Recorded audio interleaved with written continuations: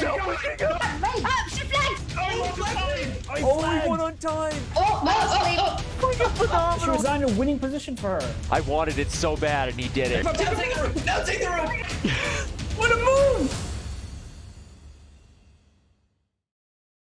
And we are live for the final first round matchup in the IM GM Speed Chess Championship, brought to you by Chess.com. We have International Master Carissa Yip and International Master Dean Ippolito joining us. Dean, Carissa, how's it going tonight? Very good. Well, we'll start with you, Dean. These days, you are not as active as a player as you once were, but you do coach a lot. So why don't you tell everybody who may not be familiar what your job is like, and you have your own academy, is that correct? Yes, that's right. We teach in schools in New Jersey, and we have an academy in Central Jersey also. So most of the time these days I'm teaching, and I want to say hi to my students who are watching, because we let them know about this for the past week or so. That's awesome. And Carissa, it seems, as always, there are many of your friends in the chat. Did you tell everybody that you were taking on the Dean of American Chess tonight? Oh yeah, I was like promoting it all over my social media. You know, I was like, you gotta come watch me, guys. That's awesome. Well, Dean, a question for you. Yeah. So you are, of course, well known for your academy. Do you get a lot of blitz practice with your students? How did you kind of go about preparing for this tournament, blitz-wise and bullet-wise? I just started playing a lot of Blitz on Chess.com. I don't get a chance to play too much Blitz, so might be a little slower than I used to be. So we'll find out in the after the first couple of games. And Carissa, you have now been playing online you grew up playing online. How does it feel for you to be playing your first kind of very intensive matchup against such a strong player? Well, honestly, like while I was growing up, I didn't really do a lot of online blitz. I know it was like just wasn't really my style because I liked longer time controls. But like recently, I started playing online a lot more, and I get into time trouble a lot, so I'm really not that good, but. Loving the modesty. Dean, before we let you both go and get ready for the match, I do have a question for you. If you lose this match, do you fear the chaos that will ensue with all of your students for losing to a teenager? Yes, I do. Yeah, that's going to be not just them, but a lot of my friends are watching too. And they, when they saw the matchup picture, I got a lot of texts, so there's a lot of pressure. Well, we'll let you two both relax, get ready for the games. We will return shortly with further preview of this final first round matchup.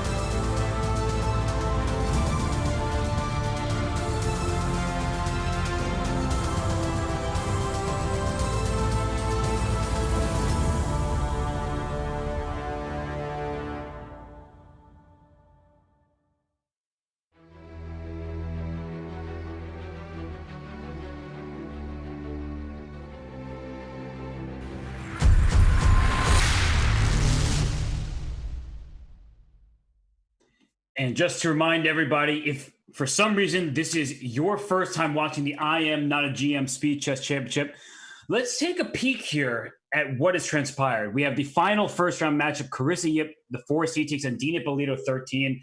Danya, as you look across this bracket, first of all, which of these quarterfinal matchups are you most excited for? And then we're going to get into the meat of this match. What's your prediction between Carissa and Dean? Well, in terms of which quarterfinal matchups I'm excited about, certainly John Bartholomew against Lawrence Trent, not only because of the mystical and magical persona of Lawrence Trent, that's just going to lead to tension and the kind of heat that we like.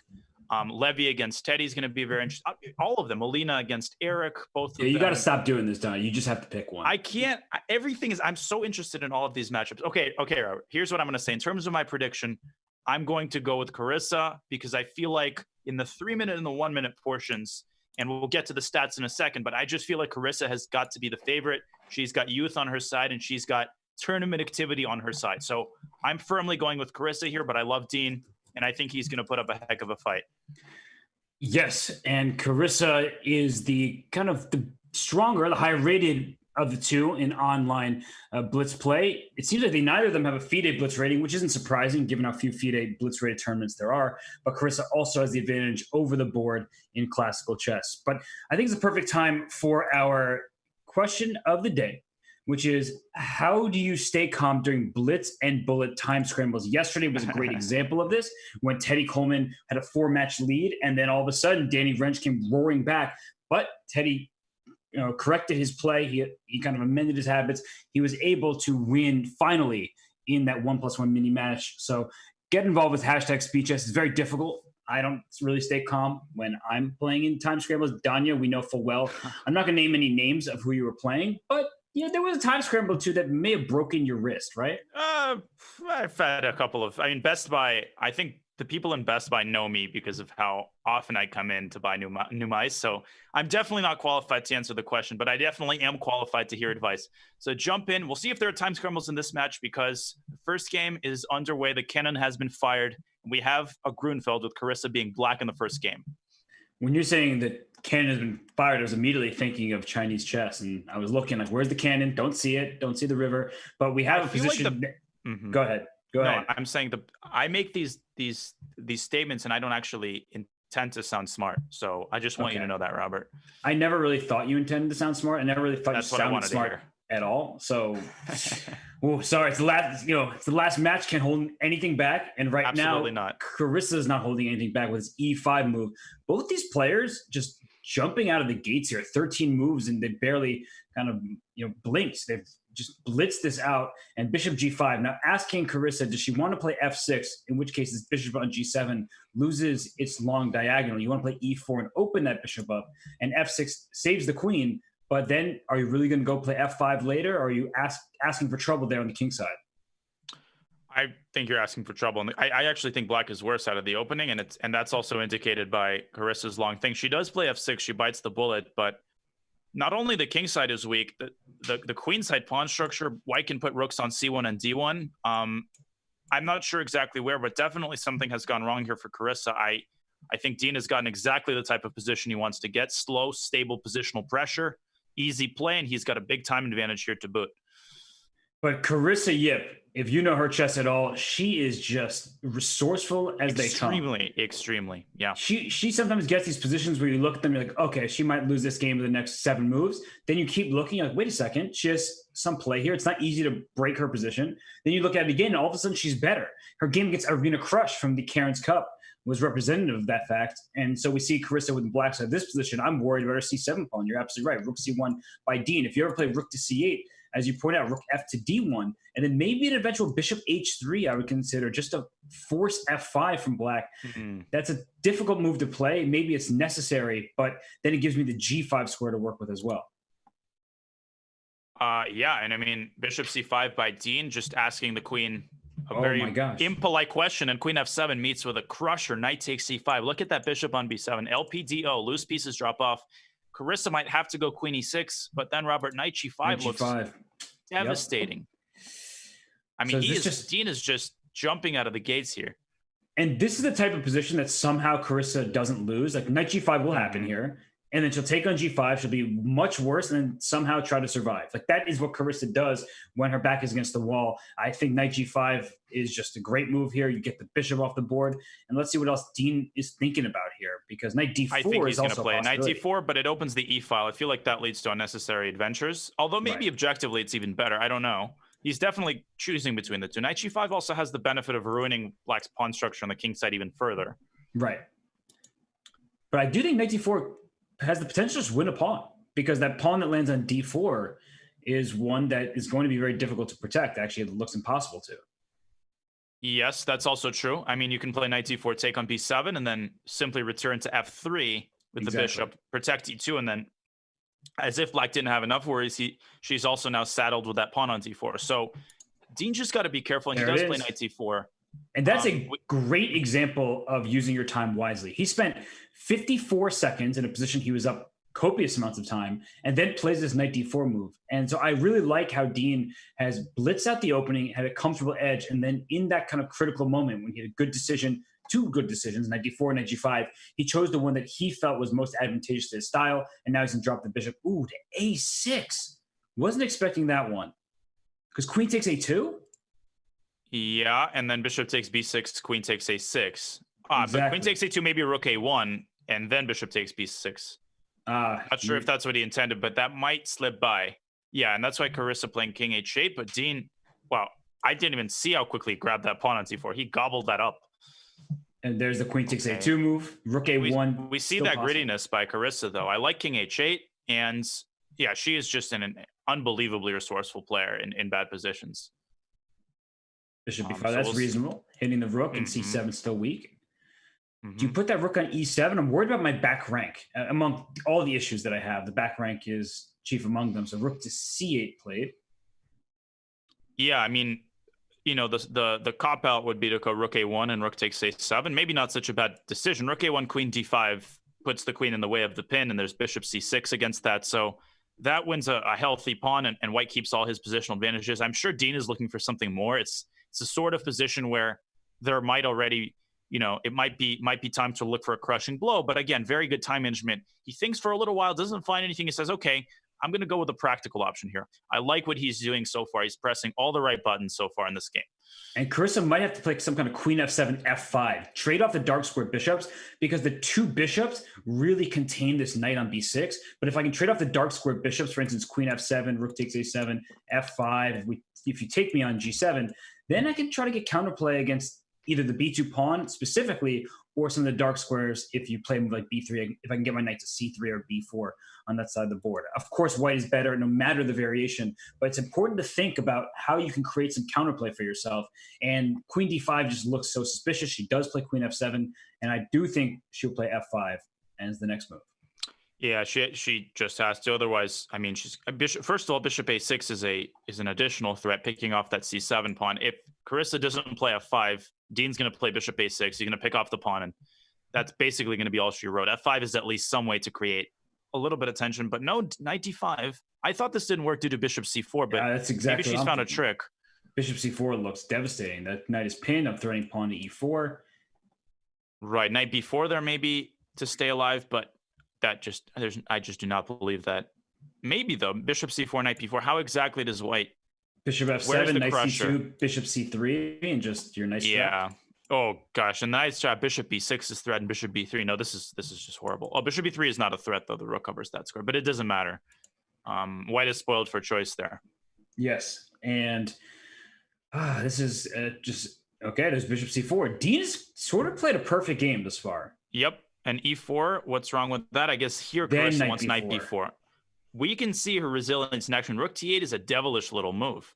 Yep. I mean, that is a move down the d file.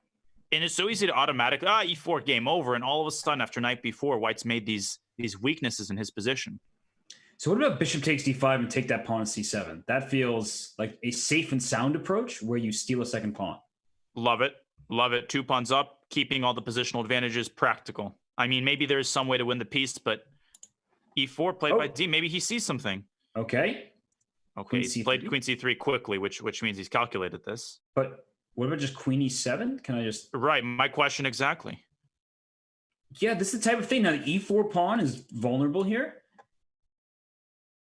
I would say I Yeah. don't love this decision because even if it's still good for white, which it very well might be, there's now some loose points that you have to defend. C5, if the rook were on A7, would win the bishop because the rook on D1 is undefended. So knight C6, for instance, is a move that you would certainly want to play next and get after this bishop. And if we get to an opposite colored bishop's position, even if I lose the C pawn as black, that gives good drawing chances. I mean, what's this? Can I just Bishop D5? Well, he wants to take on C7. Now, he could have done the same thing, as you pointed out, Robert, and keep the E pawn as well. Yes, see, that was an oversight by Dean there. Yeah, he might have seen ghosts, or he might have thought he saw some follow-up that he realized doesn't work. So now knight takes D5 and rook takes D5, rook takes C7. What do we make of that? Can black hold on there? I mean, queen D8 in that position, that bishop on D4 is in a little bit of a Queen tight D8, spot. There's rook takes G7, king G7, bishop takes F6 check. And you have to take on F6 with the queen, and I take your rook on D5. Oh, why are you good at chess, Joe? I don't know why they hire you. I want commentators who are bad at chess to make me look good. That's the most important thing.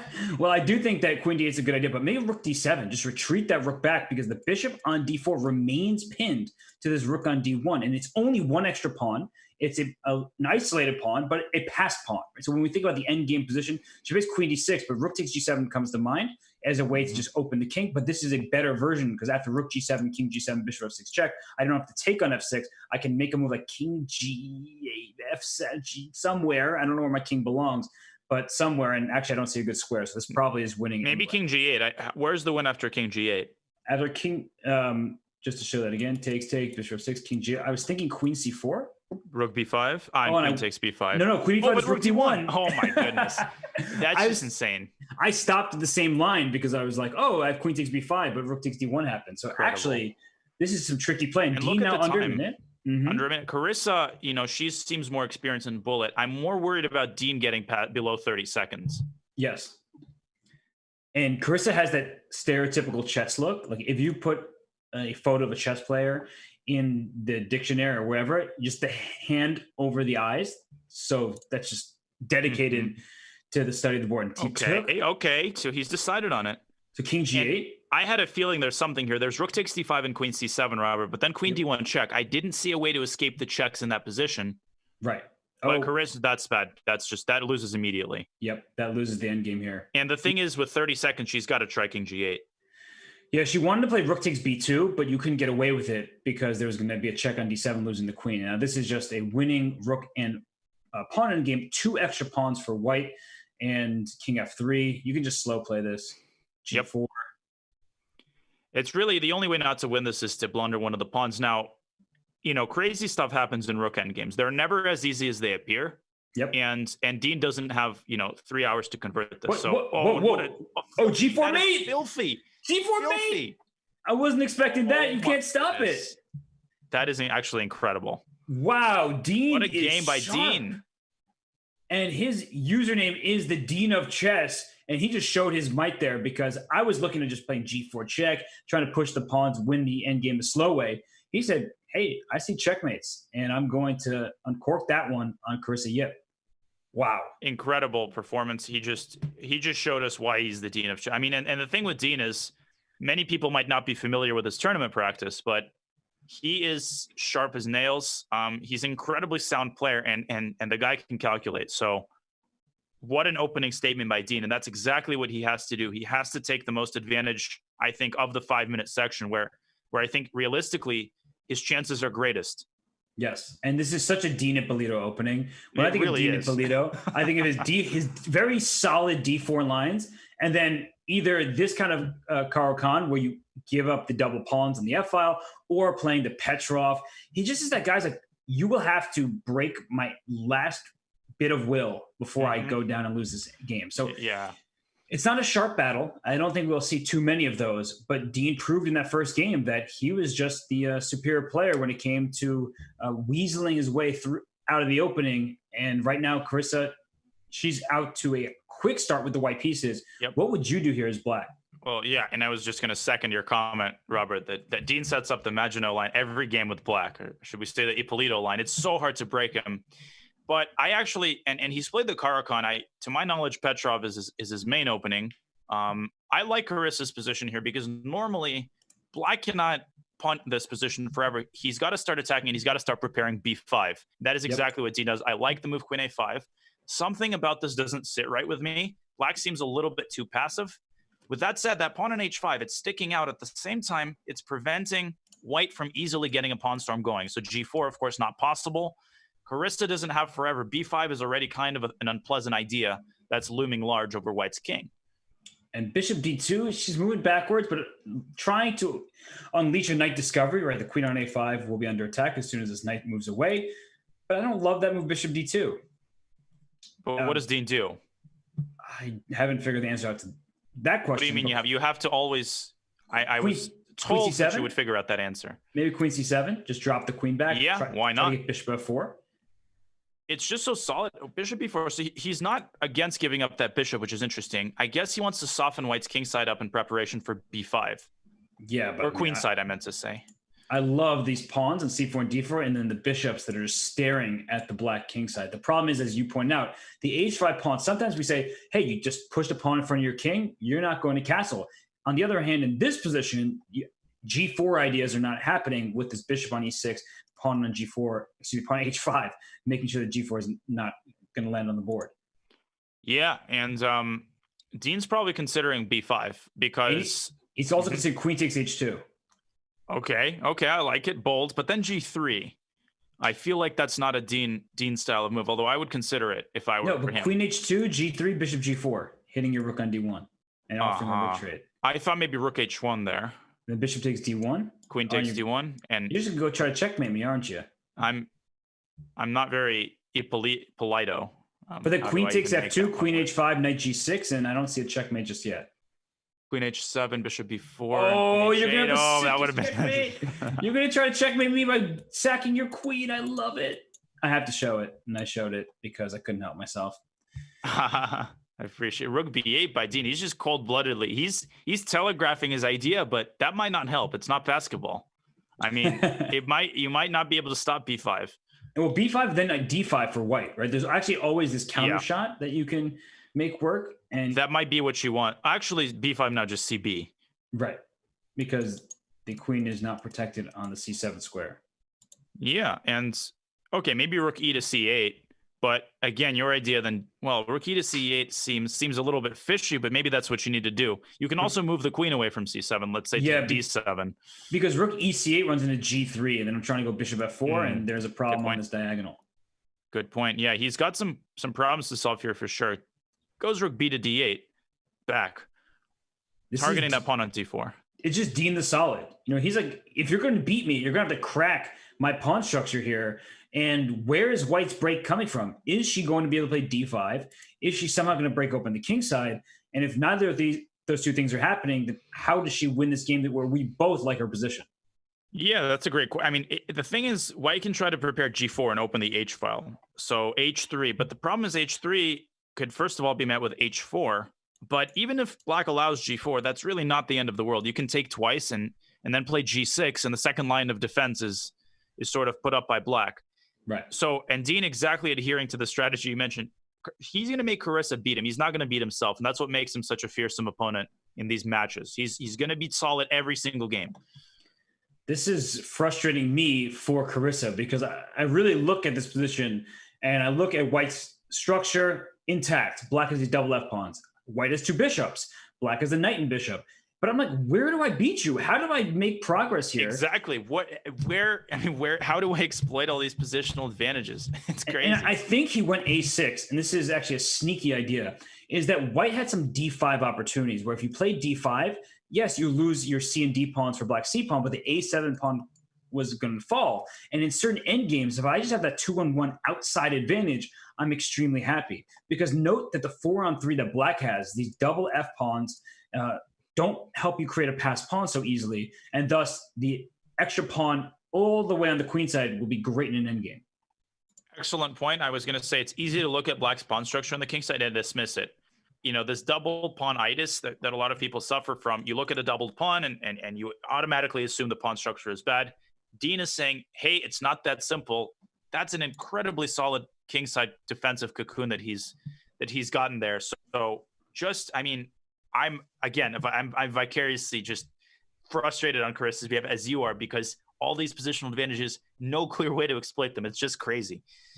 And Black would like to trade, when you have less space, you often want to trade some pieces. So if the queen moves away, then bishop f5 for Black gains more space, allows his knight on f8 to then enter the fray with a knight g6 or knight e6. So that's why Carissa has her queen and bishop lined up the way she does. She just doesn't want to allow trade. She's stopping b5. For now, b5, I guess, is possible, but then you open up the c file for White's pieces. So that's going to be a tough decision for Dean to figure out. Is he actually going to play b5? We know he's been focused on that side of the board, but it does have drawbacks. Now the h5 pawn is hanging, so you don't want to blunder that. Maybe g6. Now g6, of course, weakens the f6 pawn. Wait, but what about bishop f5? Oh, you can't take h5, of course. That bishop, I like it, because that bishop trade is squarely in Black's favor. I like it. I like it a lot. Yep, and I think that I was thinking bishop g4. Ooh, I don't love g6 because queen f3 comes to mind. Just keep poking and prodding. Right, that's what you have to do. Well, queen f3, maybe king g7, and I agree with you, Robert. I think something about Black's construction starts to look a little bit too loose. But again, king g7. Where's the? Oh, maybe king g7, d5, and bishop d4. I'm thinking also h3, and then going for your g4 move. Let's just crack that king side open. I might sacrifice a pawn in the process. But now there's some squares around the king. The dark squares are actually not very happy. Definitely, and I like h3. It's slow and it's practical. I mean, White can give Black a taste of his own medicine and say, you know what, I'm not in too big of a hurry. You haven't played b5, so White has a little bit of time to prepare the kind of central blow with d5. Now bishop g4. What? Queen takes f6? Give me that pawn? What exactly does he intend? Because that queen has plenty of squares. There's no talk about trapping the queen. Right. What that looks like a bad move to me. And bishop h6 is a huge threat, by the way. Oh, absolutely. Going to go checkmate you on g7. I was thinking bishop f5 instead of bishop g4. It looks hideous. But bishop f5, we trade the queens on f5. I'm just trying to claim that, yeah, my triple isolated pawns are the worst pawns I've ever seen. But the bishop on e3 is not exactly a great piece. The pawn on d4 can be attacked with a knight e6 type of maneuver. So I actually would have thought about bishop f5 even after you didn't play it the first time. Yeah, and we see the little head nods by Carissa. She's starting to feel confident. Rook e6 is obviously an admission of defeat. Dean missed something. Now, the fact that he's down a pawn isn't the most significant thing. To me, the most significant thing is his entire kingside construction has been destroyed, and that initial brick has been taken out. The whole structure starts to collapse. And h3 is going to trap this bishop. Dean's going to lose on time. You're down a pawn to begin with. Ooh. Oh, this is getting ugly. But yeah, we both don't have anything to say. Yeah, queen h6 looks good to me. Just keep up the pressure on g6, play h3 to trap the bishop. This should be over. That's the thing about this, about Black's structure is it's like you're playing Jenga and you've taken the wrong little brick out. I haven't played Jenga in maybe 8 years, but I don't know why I made that reference. That's a great reference, though. And queen g7, just play that quickly. I know your position's bad, but trade queens, play bishop f5 after that, try to hold an endgame. And rook e7 just gives it the g6. Oh, yeah, okay, you can take it. Yeah, you can take it. Can you do anything else? H3, but now bishop f5. Yeah, bishop f5. I don't know about that. Whoa. Now queen f4 again, and bishop f5 again. Bishop f5, Oh, bishop h. Oh, what an idiot! What a trick! Queen h7. But queen takes f6. Just queen takes f6. Yeah. I love that trick though. Bishop h7, queen h7 check, but Carissa sees right through it. Yep. And now everything. Look at this. Everything is falling for Dean. That rook is trying to swat the flies around the king, but to no avail. It's like there's too many of them. They're taking a little nibble here, a little nibble there. Exactly. 3 pawns up. Queen h5 will be the 4th pawn, and I think that Dean with 3.5 seconds left. Carissa showing that, hey, the first game might have been a fluke. He outplayed me, and I was in time trouble. But now that we're here, I'm winning a piece on e6, and there we see it. Dean loses on time and on the board. Yeah, I mean, that was, once the f6 pawn fell, that was the critical moment. I agree, bishop f5, that endgame, despite the pawn structure, still would have been incredibly hard to crack. Yeah, and that, honestly, that collapse wasn't very Dean-like. He is a very solid player. We keep commending him on that, and it's true, because we've had experience playing him, we've seen his games, and just somehow he really collapsed in a few moves. He could have played bishop f5, and then transitioned to a knight versus bishop middle game with queen and 2 rooks aside. And we might see this line again. I don't think if I were Carissa, I would repeat this, but maybe she had this prepared for this match. And okay, knight takes d4, this line.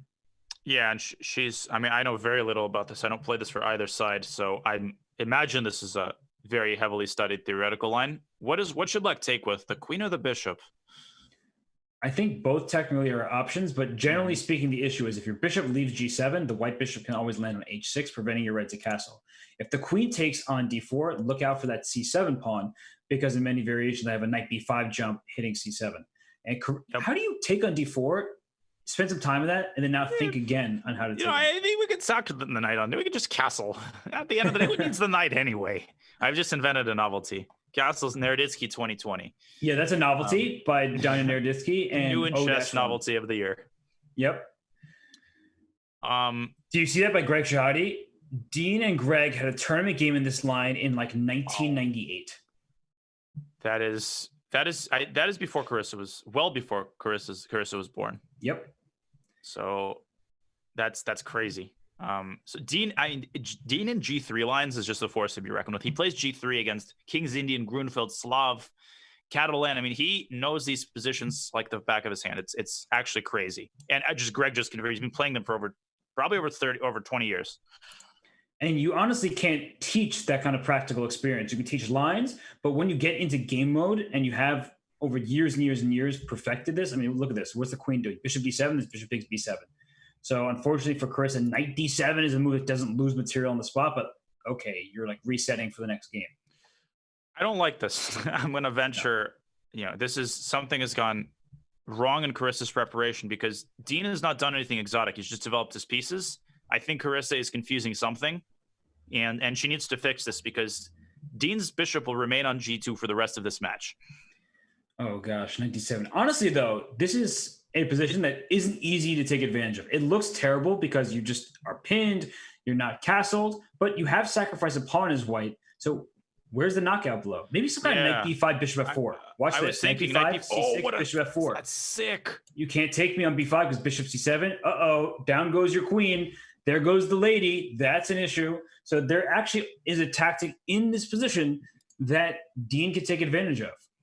Beautiful. That's the queen is trapped. And if e5 after bishop f4, we can just add that knight d6 check is just that hurts. But this is the problem, right? You sometimes reach a position where if you don't find the accurate path, you might just be worse. And so Dean is doing a great job spending time here. He's just basically got to find it. I think this is the deciding moment in the game. And he plays knight b5. We'll see if he plays bishop f4. Is she going to try bishop e5? It's a suspicious looking move. Mm-hmm. She plays c6 very quickly. Answers my question here, bishop f4. There it is. And I think that idea isn't that easy to spot right away, but Dean spent 54 seconds. He's done this 2 white games in a row.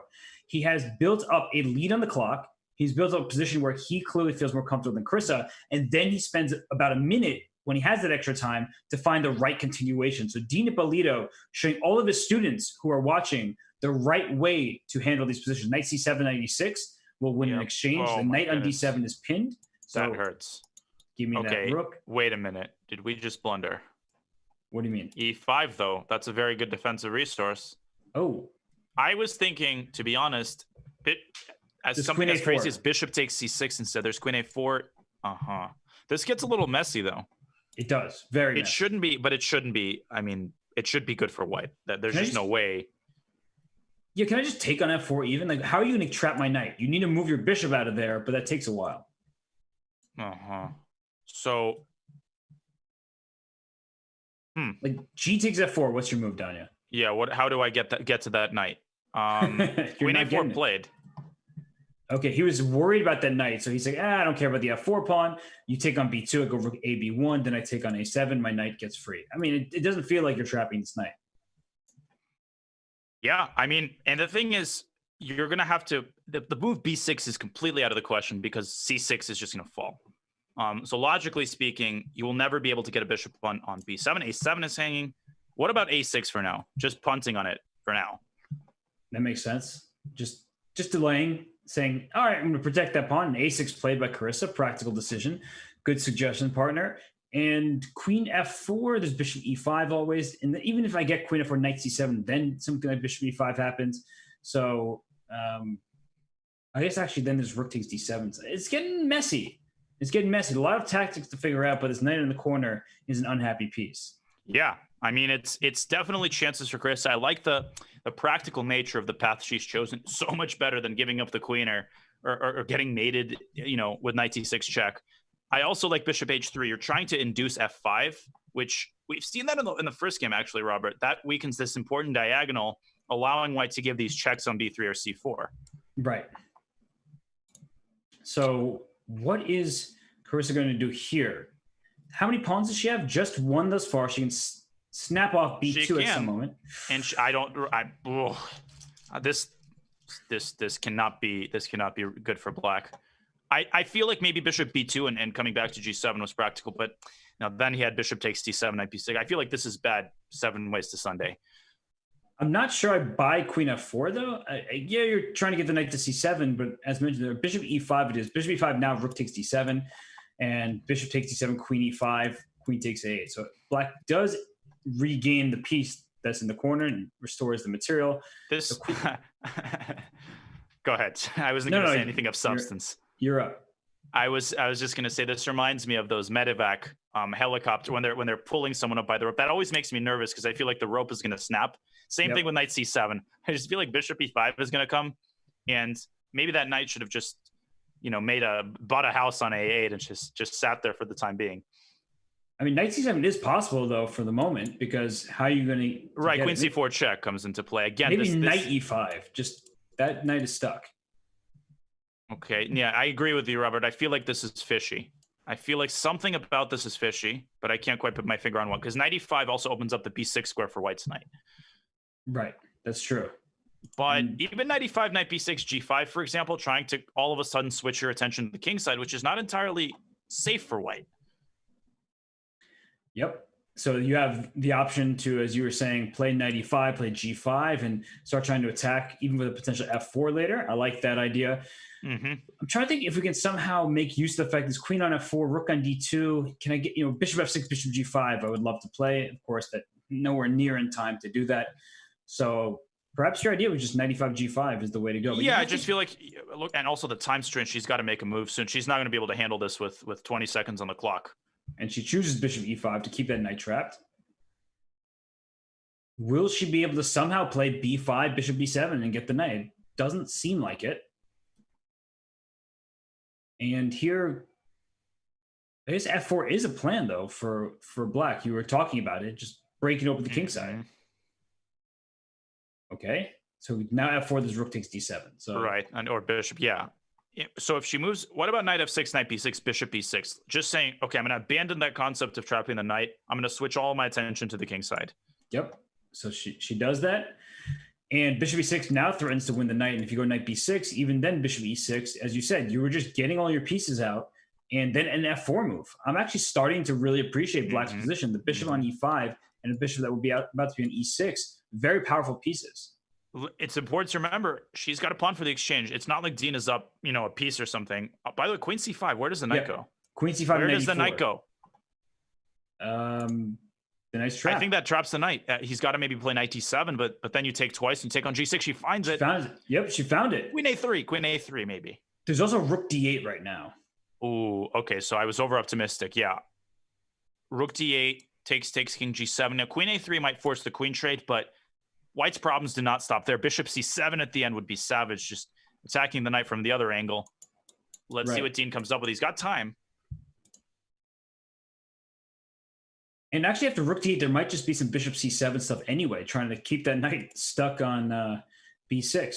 Bishop c7, right?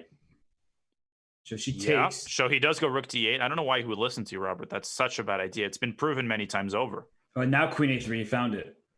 Wait, taking bishop c7. Take on a3 and bishop c7. Oh my god, that's a vicious fork. Okay, nowhere to go. Rook e8 is covered. Oh my goodness. He's got to go rook d1, rook b1, but knight d5. That's just completely winning for black. Yep. And Carissa, she, out of the gates, she was spending so much time in this game. We might have overestimated, Dean's position, thinking that he was on the verge of another nice victory. But Carissa has fought back tooth and nail, and perhaps it was never quite as bad as it appeared. Just don't go into rook takes b7. Okay. Okay, well, E4. Oh my goodness. It's pinned. My goodness. Oh my. Now rook b8. Oh, rook yeah. b8. No, black's losing a piece. Just take it, play Holy e3. moly. I think just play E3. Yeah, next. black is far from out of. I mean, I think white's better now, right? Those pawns are so weak. Yep. But black still has great chances to hold the opposite colored bishops and the double A pawn. It's not like white's going to be easily make a pass pawn over there. Yeah, so FE. Okay, so FE is forced, I would imagine. Yeah, well, thought for a while on that move. Yeah, he did. I thought maybe I'm missing. Maybe rook B6 or something. Okay, A5 is a very good move. You need to keep this A pawn if you're black. And now, okay, I don't know what's going on. I don't know who's better. Bishop Rookie now. C5? C6 falls. Bishop takes C6 is possible. Man, Dean is he's been doing his puzzles. Yeah, you spelled that very quickly. But how is he going to win this position? Yeah, that's a great question. Now, obviously, out of the question, he cannot trade those pawns. I didn't like that she ran her king away because the king doesn't want to go all the way over to the queen side. Not yet, at least. H4. Uh-oh. Okay, now rook A6. He should take on A5. Take on A5. That's completely. It's not completely winning still. Even if Carissa gives up both pawns and she brings your king over, those endgames are not as easy to win as they seem.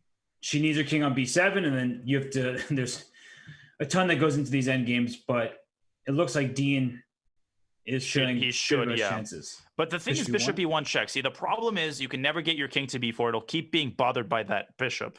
That's true. And give that check on G5. Okay, so what he has to do is maybe put a rook on E5. Remember, Carissa, if she plays H3, you'll go rook H5, though. This is the exact problem. The rook needs to stay on the E file to stop rook E1, and then the bishop comes to G3 to stop rook E5. So this is where it's so difficult for white to make progress. So maybe just an A5 check to A4.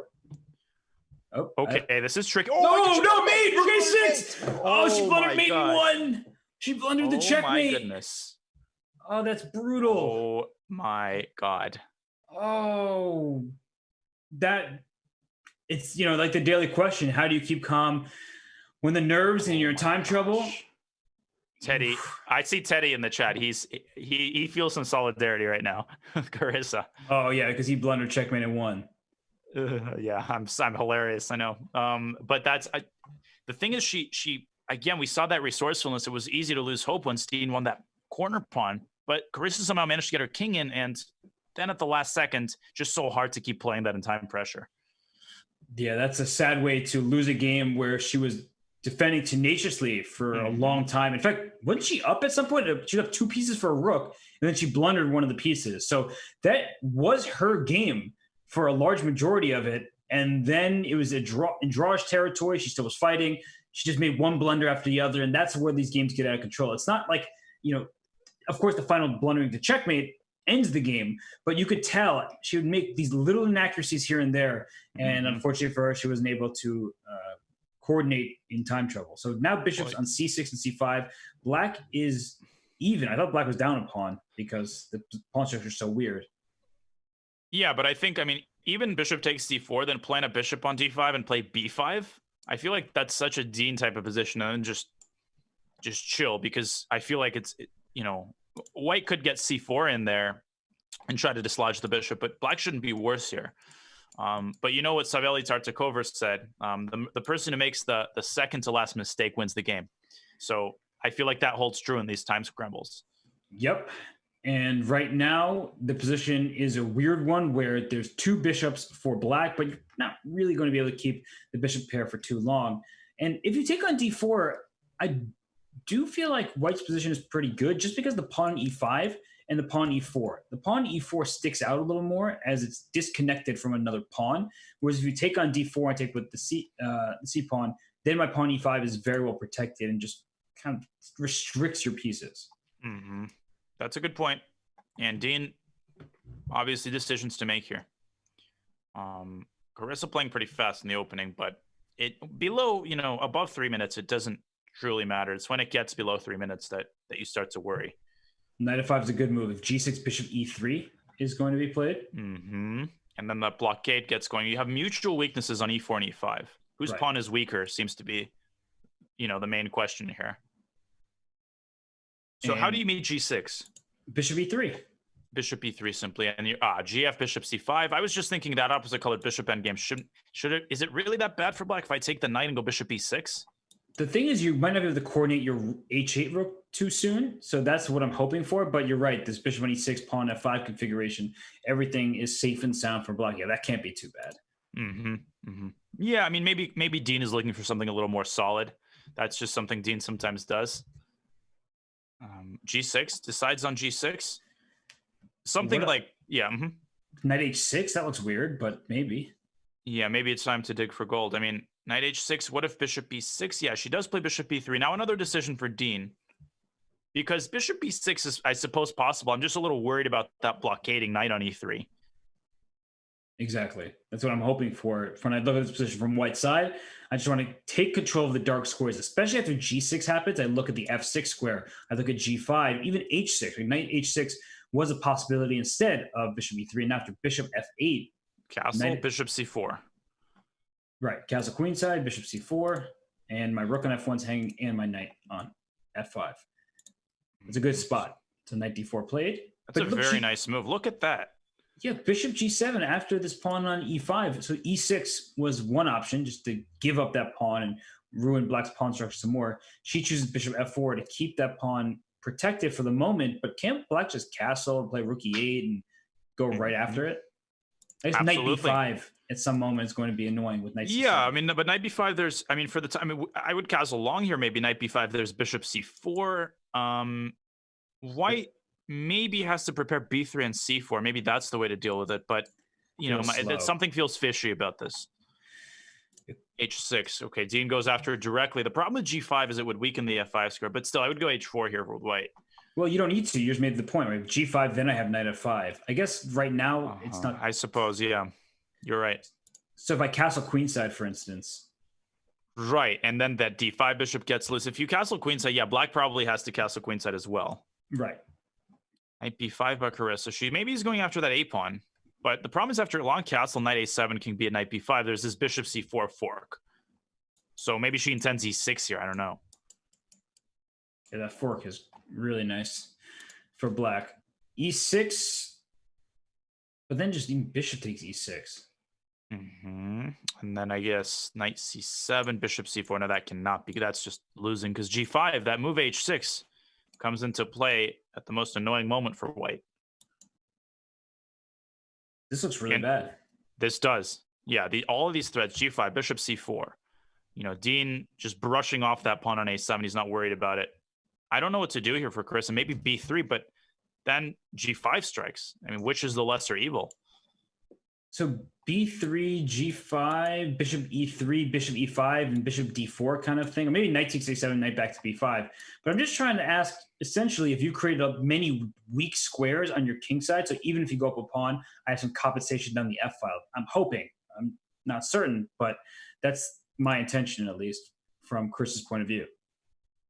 Yeah, there's a solid central blockade going as well. We saw this pawn structure on the other flank in Dean's Caro-Kann game. It's more solid than it seems. Carissa opts for b3, and yeah, so we'll see how Dean plays this. It's easy to think you're winning a pawn and you're winning the game, but g5 weakens the f5 square. That's pretty significant in terms of giving white more defensive chances. a6, of course.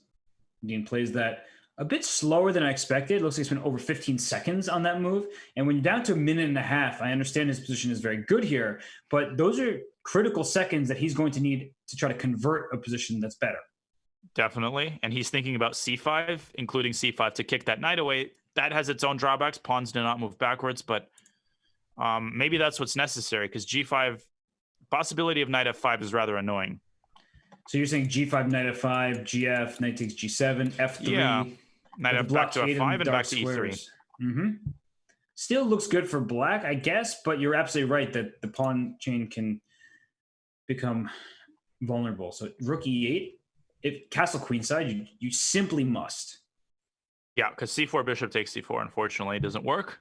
And after castle long, bishop e5, bishop h6. And I steal one pawn in return. Yeah, you have to complicate things. Now 59 seconds for Dean. She does.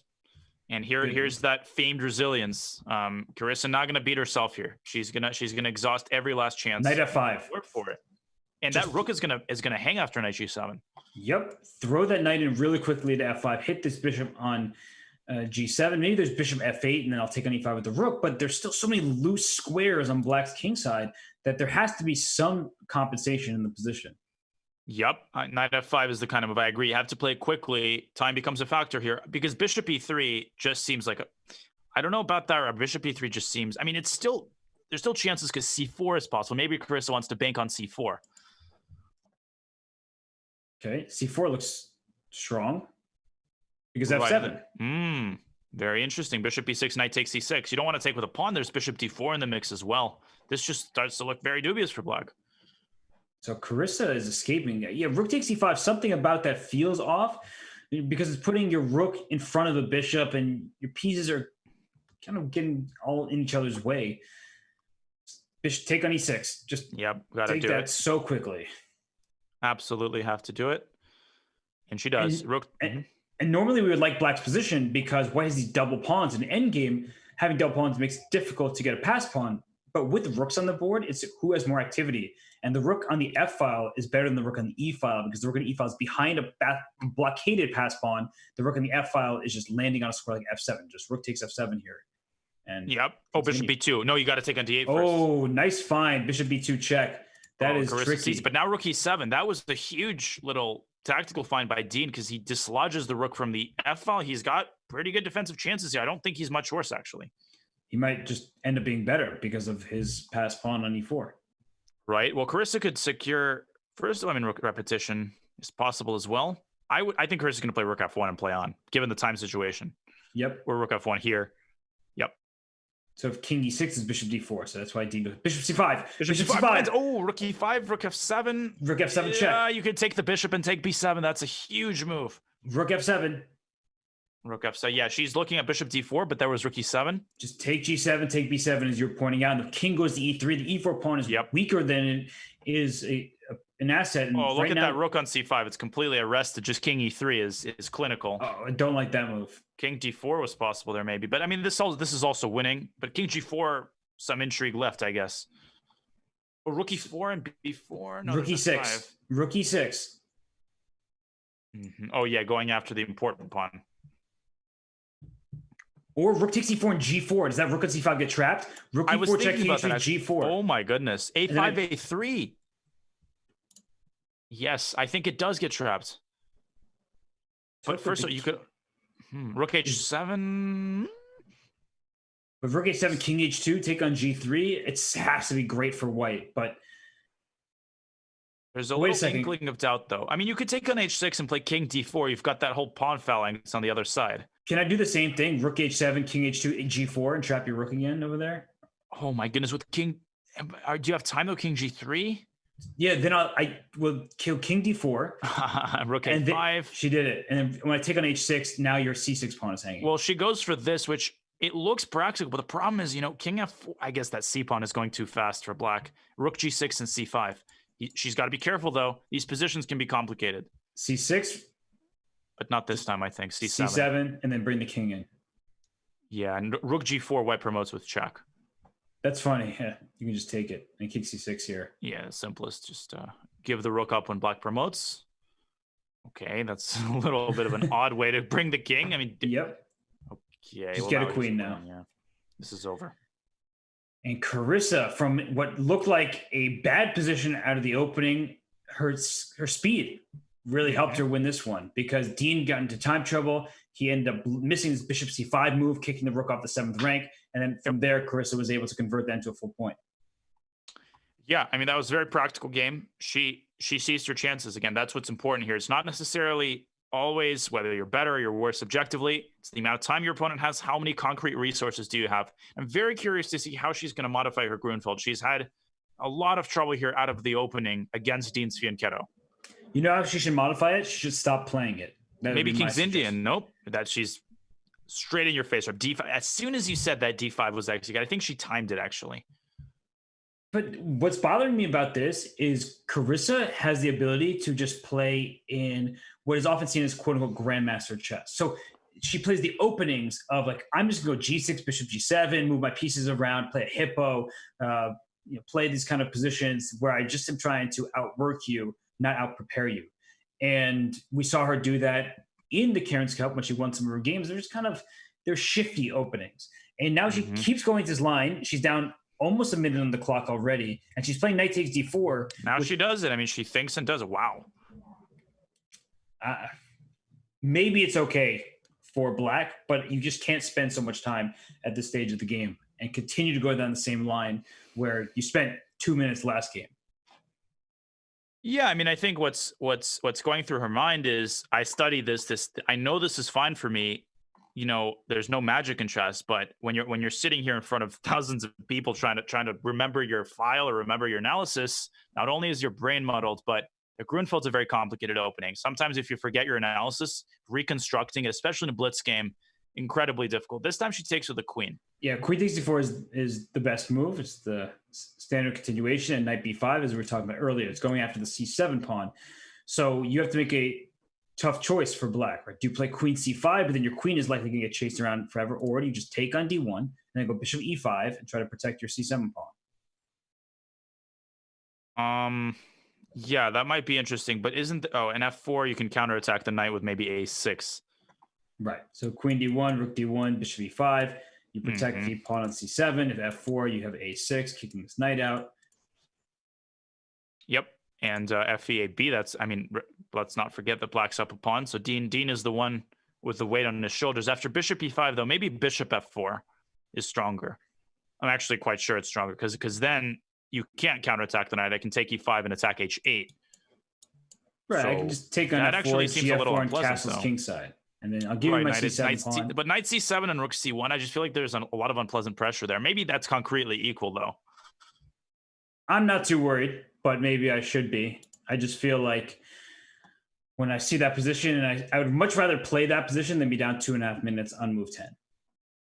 Yeah, look at this time situation. That's crazy. And the thing is, there's such a weight on every move. Carissa does it. I'm quite sure the black can equalize there. The thing is, there's no weakness. There's no specific weaknesses. It's just the pure piece pressure that lends the appearance of a very unpleasant position for black. And this is where experience pays off, because I see Hikaru Nakamura in the chat. Shout out to GM Hikaru. He's saying how, hey, you guys remember these lines from 20 years ago? This is honestly where it comes in handy, is because you play some old main line that maybe it's just equal, but you have to find that equality over the board, especially if you haven't faced it. It's not very easy. In bishop g4, going after the e2 pawn, here comes e5. Yeah, I was checking out the chat. I mean, I have to correct some gentleman who said none of us were born. And I was 4 years old. I was monitoring. I was logging into the internet. Man, I was browsing those games at 4. I was completely abreast of all of the developments, for sure. But knight c4, yeah, I think I spoke a little bit. I exaggerated the pressure on black's position. All of a sudden, the pieces break free. White is the one with a lot of pawn weaknesses. Yeah, b2, e2, both under attack right now. If you're making like f3, good luck to that bishop on g2, just stuck there, not doing much of anything. And b7 is protected. If you ever play a6 for white, and I can take b takes a6, my rook on b8 is very happy to be situated there. So what do you even do at this moment for white? What do you do? As you have multiple pawns into rook d4? Yeah, the idea is bishop takes e2, of course, rook e1, and black's pieces are loose.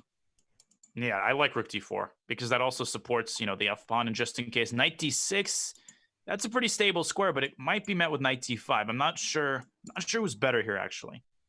Well, knight d5, you're trying to win my pawn e7, and I need to keep that pawn there, both because my knight d6 needs protection and the f6 square. If that knight on d5 lands on f6, the bishop on g4 is a goner. Rook f to e8. If you take on e7, rook takes d6.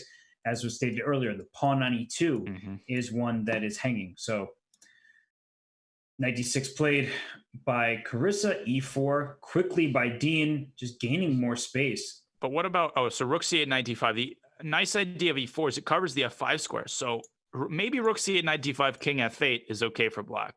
I feel like Carissa needs to involve all of her pieces ASAP. Otherwise, she just might get strangled here. She goes rook f d8, makes some sense as well. I'm a little worried about that bishop on g4 for some reason as well. I think you're looking at some kind of f5, h3. The bishop gets trapped out of there. Why didn't you play rook c8? I like rook c8 much more than rook d8. That knight is annoying, and Hikaru pointing out the time usage. I mean, this is just scary to have this position with a minute on the clock. Yep. I think she's going to look this up after the 5-minute portion is over because the players have a little break. But I mean, she could do some serious damage if she loses this one and then gets another unpleasant Grunfeld. Yeah, I mean, that decision to take a minute before capturing on d4 might cost her here. Okay, bishop on h5 normally gets trapped. If you go f4 to g4, the bishop's trapped on h5.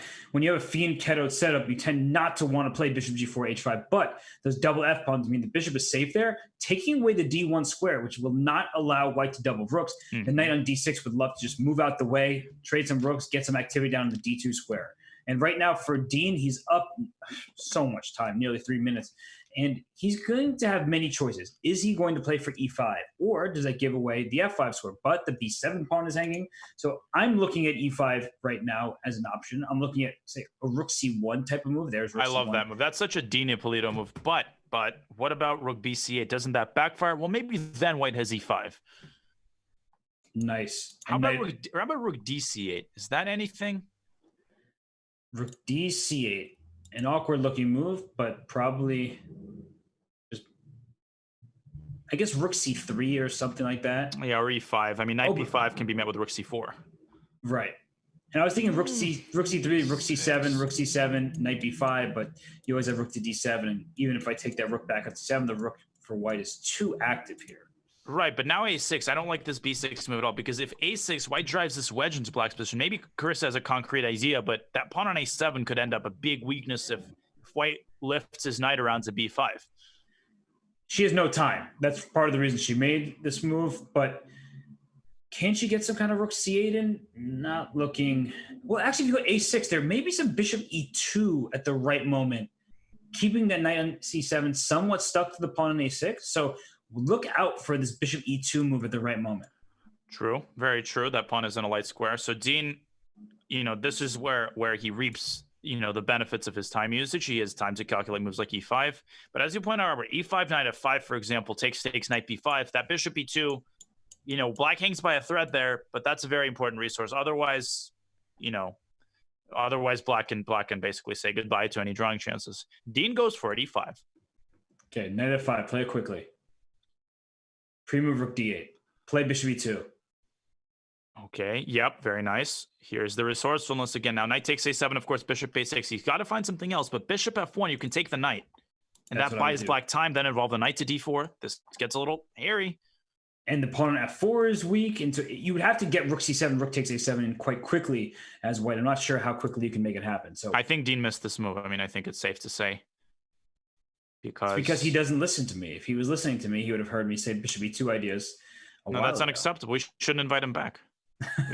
For that reason alone, that should be the litmus test of who we should invite back for next year's edition. Do you play rook d8 or do you get active? Rook d1, rook d2. Yeah, I like it. Rook d2, or bishop b7 is tempting, but I feel like black has counterplay there. Bishop d3. Now Dean should just take the pawn, I think. Then rook d2, maybe some sort of a perpetual. Just going after the f2 pawn, you're saying the perpetuals of king g1, then you just go rook d1 check and repeat. Yeah, I'm going to grab my lights. I'm turning very, very dark.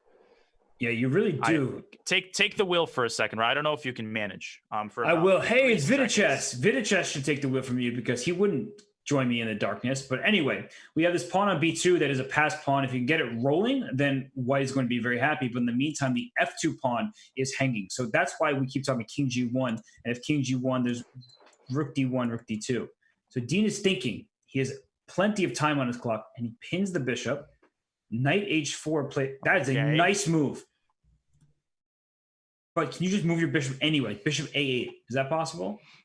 Bishop a8. Oh, so rook f2. You want to go king g3 and 4. Well, that's a nice fork. I do. Wait, how about bishop? Oh, bishop e4, bishop e4. You probably already mentioned that. I didn't, but I was actually setting you up for disaster. Because knight f3 check. Oh my god, knight g2, bishop e4. That's a huge blunder.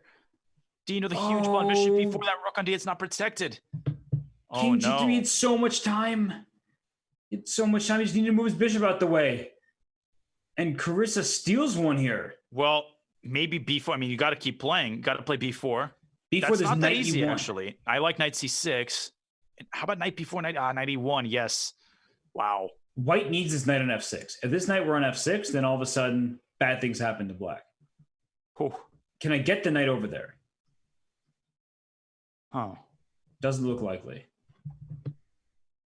Oh my goodness. Wait, what? Yeah, we were so focused on Oh my goodness. That's She just blundered the bad. knight back. She had to go knight e1. Rook f3. This is still better for black though. h5. What is she Not protecting h5. against? There was no threat. Rook g8, rook f8. Play that very quickly. Yep. Knight g. Oh, he wants knight f6. He wants it all. He wants to mate her. Knight f6. No, but that's a draw. I mean, at best. Okay. I think he's playing for. He's trying to go king. Oh, maybe king h4, king g5 there. I was thinking the same thing, going for the mating net. Rook a8. Is she trying to play?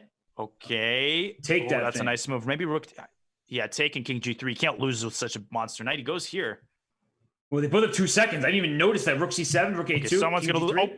Oh my! This is where I Don't get go F3, king F3, h4. F3. No, he gave the rook pawn. c3. But now rook c8. Rook back to c8. He can And draw then this. h4. Ah, you're just gonna rook Versus g8. time. Okay, draw. It's a draw. Yeah, you there's can draw no in mate. so many ways. Rook h7. Oh! Take on h4. Oh, Go time. back and take on h4. Look at Carissa's time. Oh my gosh, you flagged! That happened. No! Oh my! It's a force Oh move. my gosh, John, that was an insane game full And of these blunders. rumor has it that Chris is using a touchpad in the chat. I don't know if that's confirmed, but that would explain it. Oh my goodness. Somebody send her a mouse. I Danya. mean, I have plenty of backup mice from my frequent trips to Best Buy. I would be more than happy to deliver her one. Okay, I just looked at her. She's just like trying to psych herself back up. But I'm going to pull up the analysis board really quickly as she thinks about her second move. If we pull up the analysis board, in that final position, White was just delivering a draw by a perpetual check because after a repetition here, King has to go to g7. And there are many things that White can do for that same exact draw. Rook h7 check, King f8, Rook h8. You cannot go to e7 because Rook e8 would have been checkmate. So you continue going back to g7. And I thought White would have played on with some kind of Rook takes h4, keeping this mating net alive.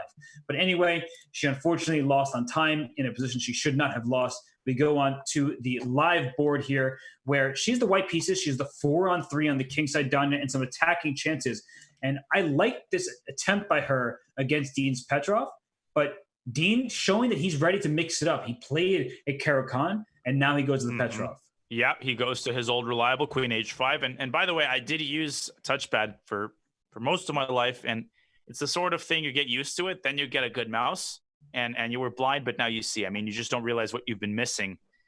And I used to lose so many of these time scrambles, just physical inability to move the trackpad. So just crazy stuff going on. But yeah, I agree with you, Rob. Bishop takes g6 has to be considered Bishop here. G6 That's a draw, maybe. No, we need to draw. Bishop g6, h takes, queen g6, king where? King h8. And what? F5. What is the? Okay, bishop g8. You're just barely holding down everything. Yeah. She does it. I feel like, what you could do is you could play queen h6, and at that point you could play f5. And then rook f3. That's the way. That's the way. Uh-oh. Takes, king h8, queen h6, king g8, f5. Or even rook f3. That's got to be overwhelming. That looks great. Anything you have to start with a check because h3 is defended. That's why you can't lift the rook up right now. Check and f5 or check and rook f3. I think just incredible attack. I mean, bishop g7.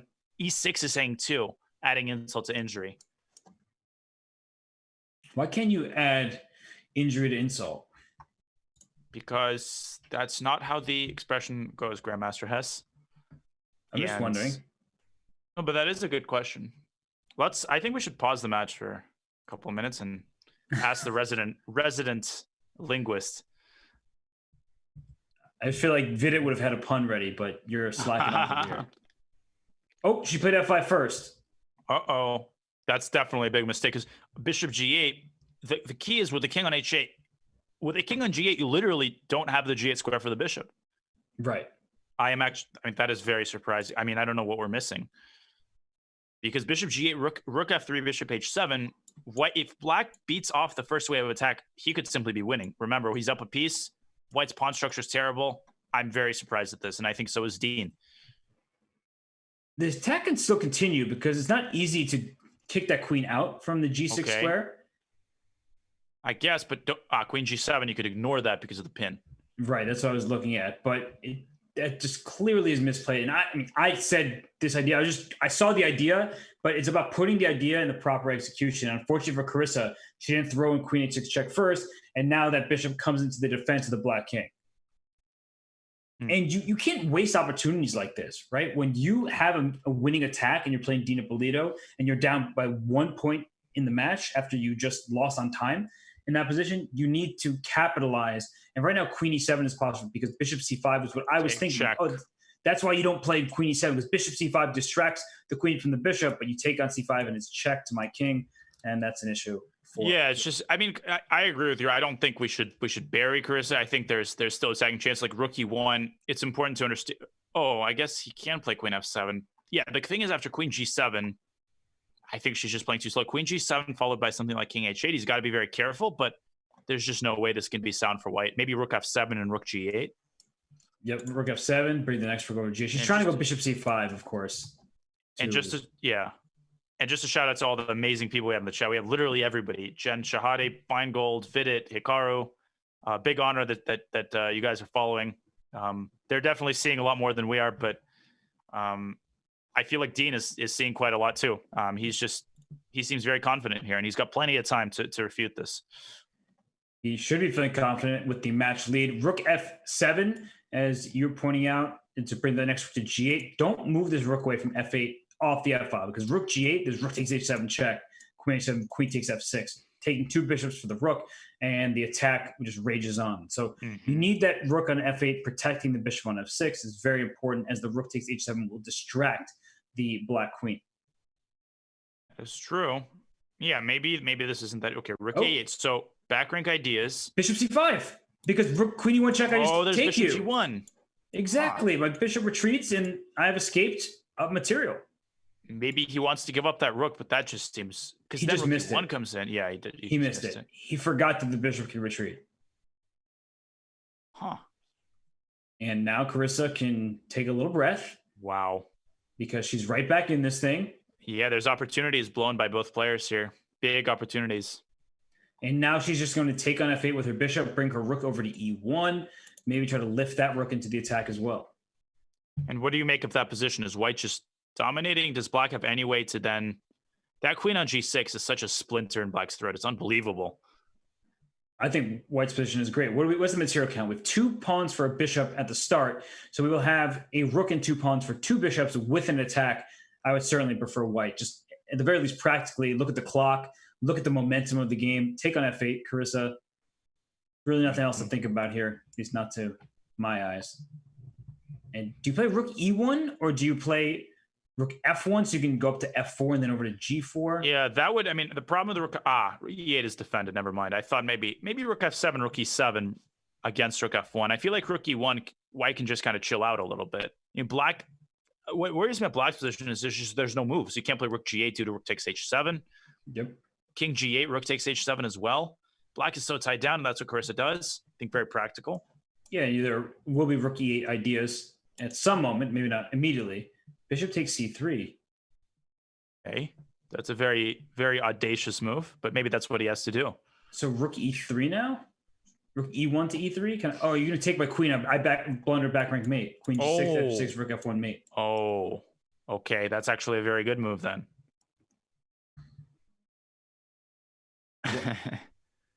Is there something? It feels like there must be something. Rook E8 maybe, but then queen takes G6 and queen G8 maybe, at least. Well, your bishop on C3 hangs at the end of that. Oh, that's true. Oh, I didn't see that. Maybe rook E8. So rook E8, threatening rook takes F8, followed by mate on H7. And how does black? Because yeah, that bishop on C3, black, and you can't move it because rook F8 and queen H7 is mate. You bishop B4. You do. To protect that the rook. Looks so flimsy though. Oh, she blunders it. Queen G6 is mate. She blundered it. Oh my gosh. Oh and Dean, you can see the surprised look on his face. Oh, she just blundered the back recognizes it. That hurts. Yep. That hurts. That does hurt. And that's, I mean, I missed that as well. That's just a hidden idea. You forget about your back rank because black doesn't have a rook in an open file. Yeah, and here we go. Let's see if she plays just her random style of chess instead. There we go. We don't have that line that we've been seeing time and time again. King's Indian. That's what I like to see. King's Indian. And I'm sure Hikaru Nakamura, if he's still in the chat, he'll be happy to see it. And knight E4. That's the type of move I've seen like Alex Ippolito play this kind of position many times from the black side. You just throw the knight on e4, try to get the e4 square for your bishop. And if knight h4 here, it's knight c3, b3, and bishop back to c8. Yep, you claim that you've ruined the pawn structure. You can afford to spend tempi here. I actually play this line with black sometimes. Knight d5 is an interesting move here for white, just keeping the pawn structure intact. There's several ways white can get maybe a slight edge, but this is Carissa's type of position, sort of, you know, tricky, a lot of pieces on the board, a lot of tension. I feel like that's what she has to get into. And knight d5 is not the type of move that you really just find over the board because it's such an awkward move. You're like, black can play c6 or e6 or at some moment to kick that knight out. But it does make a lot of sense because the knight e4 is trying to capture on c3. And as I mentioned, knight e4, bishop e4, this bishop just sits here, very happy to be challenging for this long diagonal against this fianchetto bishop.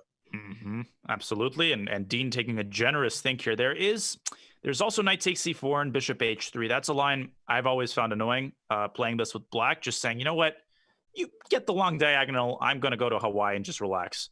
I don't know why I chose. So I'm not going anywhere right now, but yeah, you said okay, that was like, I think I've diagnosed why I'm such a terrible guy. I start explaining my references, and that, you know, removes sort of the confident air from them. Now, Dean decides on knight h4. I think that's sort of the old main line, forcing the action, forcing knight c3, bishop c8. I'm also 0% surprised that Dean is playing the old main line, right? You know, he's just going to the throwbacks here. Bishop c8, setting up for the next game. So now, again, solid as a rock. Just look at that structure. Look at that c3, c4, d4. That's going to remain after the apocalypse. Those pawns are going to just still stand there. Though the real problem with having pawns like that is eventually, if black is able to play like a c5, knight c6, knight a5, this pawn on c4 in particular can become a target. But that's a long way off at this point with the pawn on b7 currently under attack. You have to commit to something. Do you play knight c6 here? Do you play pawn c6? And if you play pawn c6, well, then clearly you're not playing knight d6, knight to a5. And knight d7, trying to entomb the rook on b7. Dean responds instantly, not surprised. Bishop b7, rook b7 may look like a free pawn. Here comes knight b6, not only attacking c4, but threatening queen c8, queen takes b7. That rook is stuck. Very true. Yeah, I think I exaggerated the strength of those pawns. I got too much into the solidity of Dean's style. In fact, that's what black has to do, attack the c4 pawn. Knight c6 knight d7 is an interesting choice by Carissa. I'm more familiar with, I don't know, the development of the knight to c6 and then to a5, quickly targeting the pawn. But this makes sense. She can go knight b6. She can go e5. Very complicated position from a structural point of view. And these are two big questions at the moment. Do you play for c5? Do you play for e5? Or here's the knight b6. So she does play just going after this pawn here. And how does white protect this pawn? Because if you play queen d3, sometimes black just plays bishop e6 to induce d5. So queen e2, still bishop e6 possible. If you play d5 as the way to protect this pawn, now you just look the c5 square. That's under black's control. I retreat my bishop, play for c6, rook c8 to open the c file, and both of your pawns, those double pawns, are weak and are going to be under attack. Okay, so, yeah. Now, d1. So Dean actually just keeps the pawn on c4. So I was considering going d5, just chucking that pawn on c3, because that knight on b6 is kind of stuck there. It's pressuring c4, but it's not doing much else. I would actually go d5 here. Now that black's queen and knight will look dumb if white goes d5. I don't love giving up a pawn on c3. I feel like, practically speaking, that's what Dean has to do. What are your thoughts about this d5, position? bishop c3, bishop h6, and just go for some of the dark squares on the king side. And if you ever played bishop back to g7, we trade the dark square bishops, f4, e5. White's just trying to blast through because black is quite passive. As you said, the knight on b6 not going anywhere. But the problem with d5 is maybe knight a4. Just trying to take on c3 with my knight. Ooh, and nice. that is devastating. It's a fork on your queen and two rooks. If you play bishop d2, I take on c3. And now I have the bishop pair. My king feels very safe. Great find. That's the reason d5 is just impossible. That's why he plays bishop f1. Of course, if you play bishop e6, d5 comes with tempo. So white has time to prepare for that. And he also saves the c3 pawn. Carissa could take on c4 and go bishop e6. You're never happy about playing like bishop f1. Definitely. That's an admission of opening defeat. I would play either take on d4, bishop e6, as you said, or bishop d7. Maybe put that bishop on a4 and rook f to c8, these type of ideas. And as somebody who's played the Gingy Indian, for most of his life. I mean, I don't really play it when I'm playing serious games anymore, but I love that opening. You often have a d5 structure where you give up the bishop, the dark square bishop, but I love playing against these cemented double pawns here on the queen side. And if you can keep the bishop pair and still hand your opponent the double pawns, couldn't ask for anything more. Oh yeah, this is another case where we see the two sides of playing very solid chess. On the one hand, well, it's super solid. On the other hand, you remove one brick, you know what happens to the whole structure. So Carissa's got to be careful about how to handle this. She could go rook a8, and again, d5 meets with your move, Robert, knight a4, absolutely devastating. But she's definitely, c takes d4 is definitely in the back of her mind. Do I take on d4? I don't think she should here. She goes rook c8. Good move. And rook d to c1. And I'm already thinking about knight a4 takes c3. Like, if I could get two moves in a row, knight a4, let's say you play like a bad move at a3, I have knight c3, rook c3, c takes d4. And I undermine your entire pawn structure. Of course, I made a wasted move for white just to make it happen. But I'm always looking at these kind of ideas to collapse white's pawn structure. Correct. Yeah, I like it. Bishop b. Okay, but now you're talking about this. Now d5 comes with tempo. That's a critical. I really don't like that move by Carissa. She's going to go knight a4, a6, b5 at some point. Still, I don't know. If white is unable to play f4, knight f3, e5, or something like that very quickly, then black is going to counter on the queen side. Yeah, that makes sense. There is, because knight a4 can't be stopped. I didn't notice the square was defended, but I don't know. Maybe just something about this feels a little bit slow. I feel like Dean can breathe a small sigh of relief, even if he's still worse. The problem is this knight on h4, Danya, right? The knight on h4 isn't doing its role. True. In this position. So how should Dean go about organizing counterplay? He plays f4. He wastes no time. And she swings it to e8. She closed the queen side. And now she wants to go e6. Interesting. A Benoni style idea. Get white's structure is very, very weak. If Carissa succeeds in opening the e-file, I think that's very interesting. I like how quickly she played it. If nothing else, Dean spent 35 seconds. She played in 2.2 seconds. Now Dean spent another 17 seconds. She spent another 4 seconds. So she's winning the battle on the clock in these last few moves, and white's position is actually in danger of collapsing in the very near future. Knight a4 now is really dangerous because when I play e takes d5, there's problems down the e line. Definitely. These extra 40 seconds are absolutely huge, and in addition to that, I just think white's position is starting to crumble a little bit. Ideas like cd and f5 come into mind. That's one thing. Carissa doesn't even have to hurry with ed. I mean, ed, cd, f5. What about knight a4? I like that as well. Opening a second front, targeting our favorite pawn on c3. f5, I thought about this. This also looks very interesting. The problem for me is maybe ef, queen d3, but then knight takes c4. No, this is on the verge of collapse for Dean. In ef, there might even be ed. Oh, just try to blast the whole board open over here. I love having my rook staring down at the queen on the open file. Yep, and now she takes the bishop. Now c4 hangs. Man. I think I jinxed those pawns. I would take those an pawns f5. are all gone. I would play e takes f5, give you the c4 pawn, and hope that I can get counterplay on the king side. Mm-hmm. And that's a good start. So she takes back right away. She probably could have gobbled up c4, but it's not going anywhere. Yeah, queen c2 there also. Oh, no, that hangs e3. So I think, yeah, she could have. But yeah, there's no defending it. And that forces Dean to think. Now she has the possibility of taking with the knight in addition to the bishop. That wasn't available earlier because the pawn on b7 was hanging with force. But now after the knight blocks the bishop on the diagonal, now knight takes c4 looks very strong.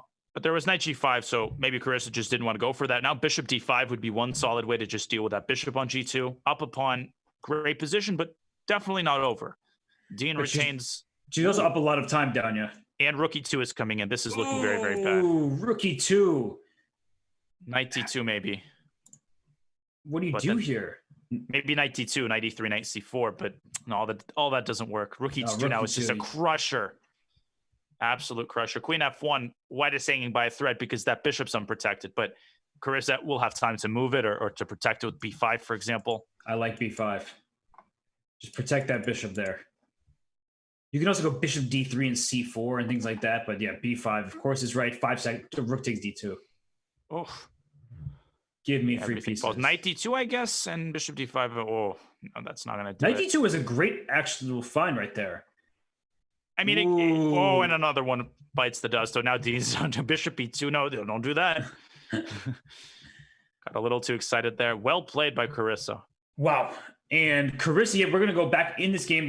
They started a new game. It's about to be aborted because the time is up. So that was the last game. We're going to take a quick look at that moment because I liked your idea with knight to d2 after rook takes d2.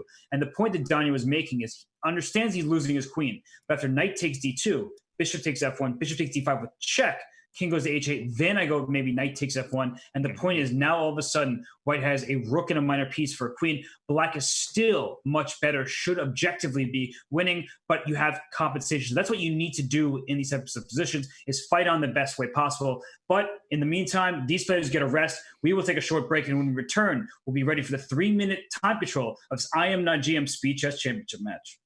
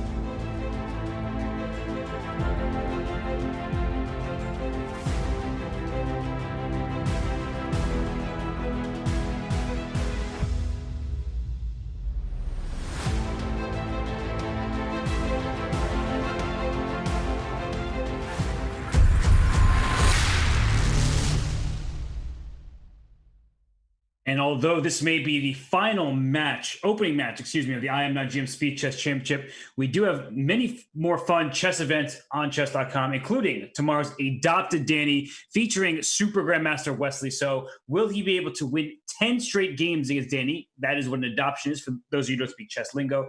And after this match, Danny gets super serious because he will be giving a State of Chess.com.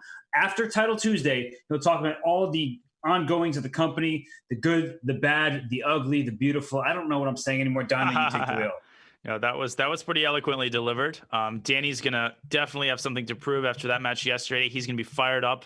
Definitely won't want to miss that. We all know he's gonna be firing me on the State of the Chess broadcast. That's gonna be the most important news and the thing that everybody wants to hear. So I hope Danny won't be angry for me spilling that. But there's nothing to spill in regards to the match between Carissa and Dean because we have no idea what's going to happen. Dean, an excellent 5-minute segment, but Robert, what do you think his chances are? Obviously, this should favor Carissa, who's a younger player, more experienced player currently, but how do you think Dean is going to handle the reduction in the time?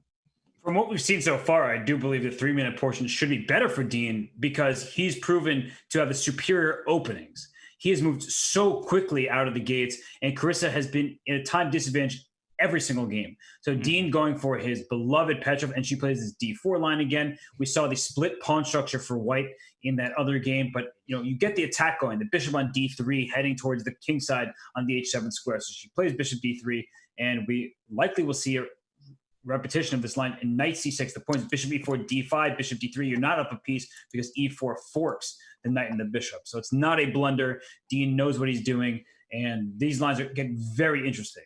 Yeah, Dean played this against me, actually, when we played in Philadelphia. I think it was 2009, actually. That was over 10 years ago. He played knight c6. It was the first time I'd seen that move. So my first reaction was an incredulous one. I quickly realized that he does know what he's doing. And Carissa is taking a large chunk of time here.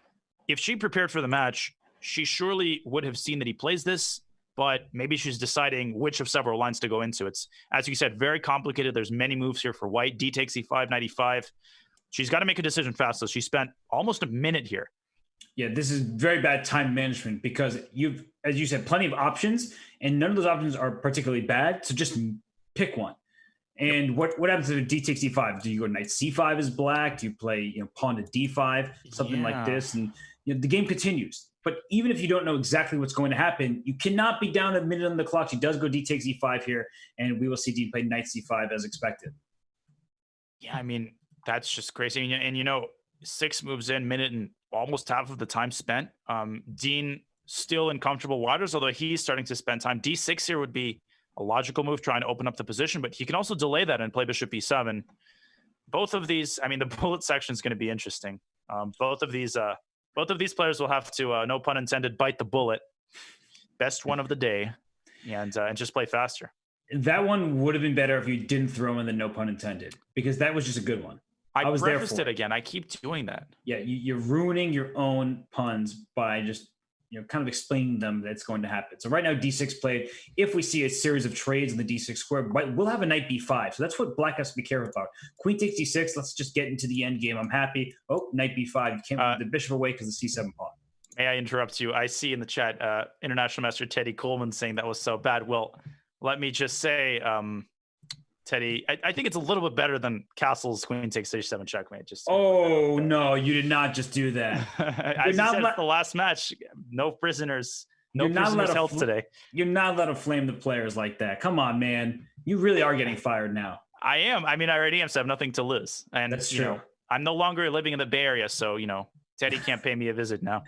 You're a man who knows his own destiny. Bishop E3 played by Carissa. I like her position. Look at black's queen side. Rook on 8 hasn't moved. Bishop on C8 stuck at home. Bishop on D8, very passive piece defending C7. So what Dean needs to accomplish here is eventually play A6, kick the knight out, then develop the dark square bishop, and then hope the light square bishop can get out because right now it's behind your own knight on E6. So I love what Carissa has been able to achieve from this opening, and she's a little bit behind on the clock. Dean's still doing well in terms of time management in this match.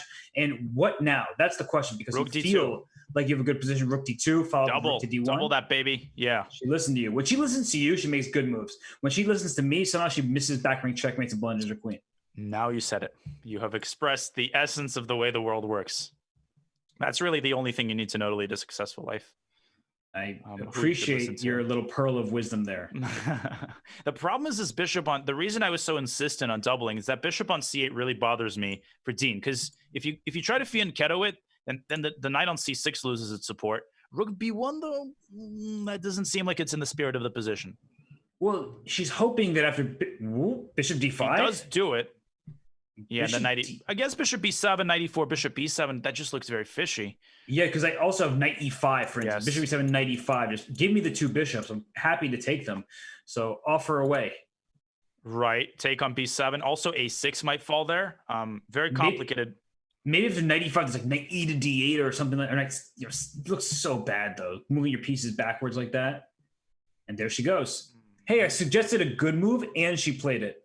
Well, the jury is still out on whether it's a good move. The It fact looks that like she a good played move. it, that I won't debate. There is knight e5, knight c4 ideas. Right, that's what I was worried. I was worried about taking on a6 for that reason. But maybe White can just take it and move the rook. So like where you move your rook after bishop takes b7, rook b8, and then Okay, bishop so- a6, knight c4, rook d7. Yeah.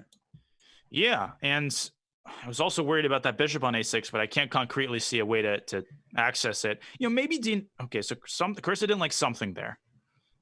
It is awkward putting your bishop on a6 like that. Also, she has the 2 bishops. Very practical decision. I don't dislike it.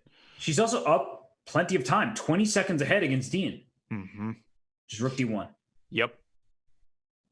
They're spending a little too long on these. I don't want to say obvious moves. She's thinking about bishop a7. Don't love that move.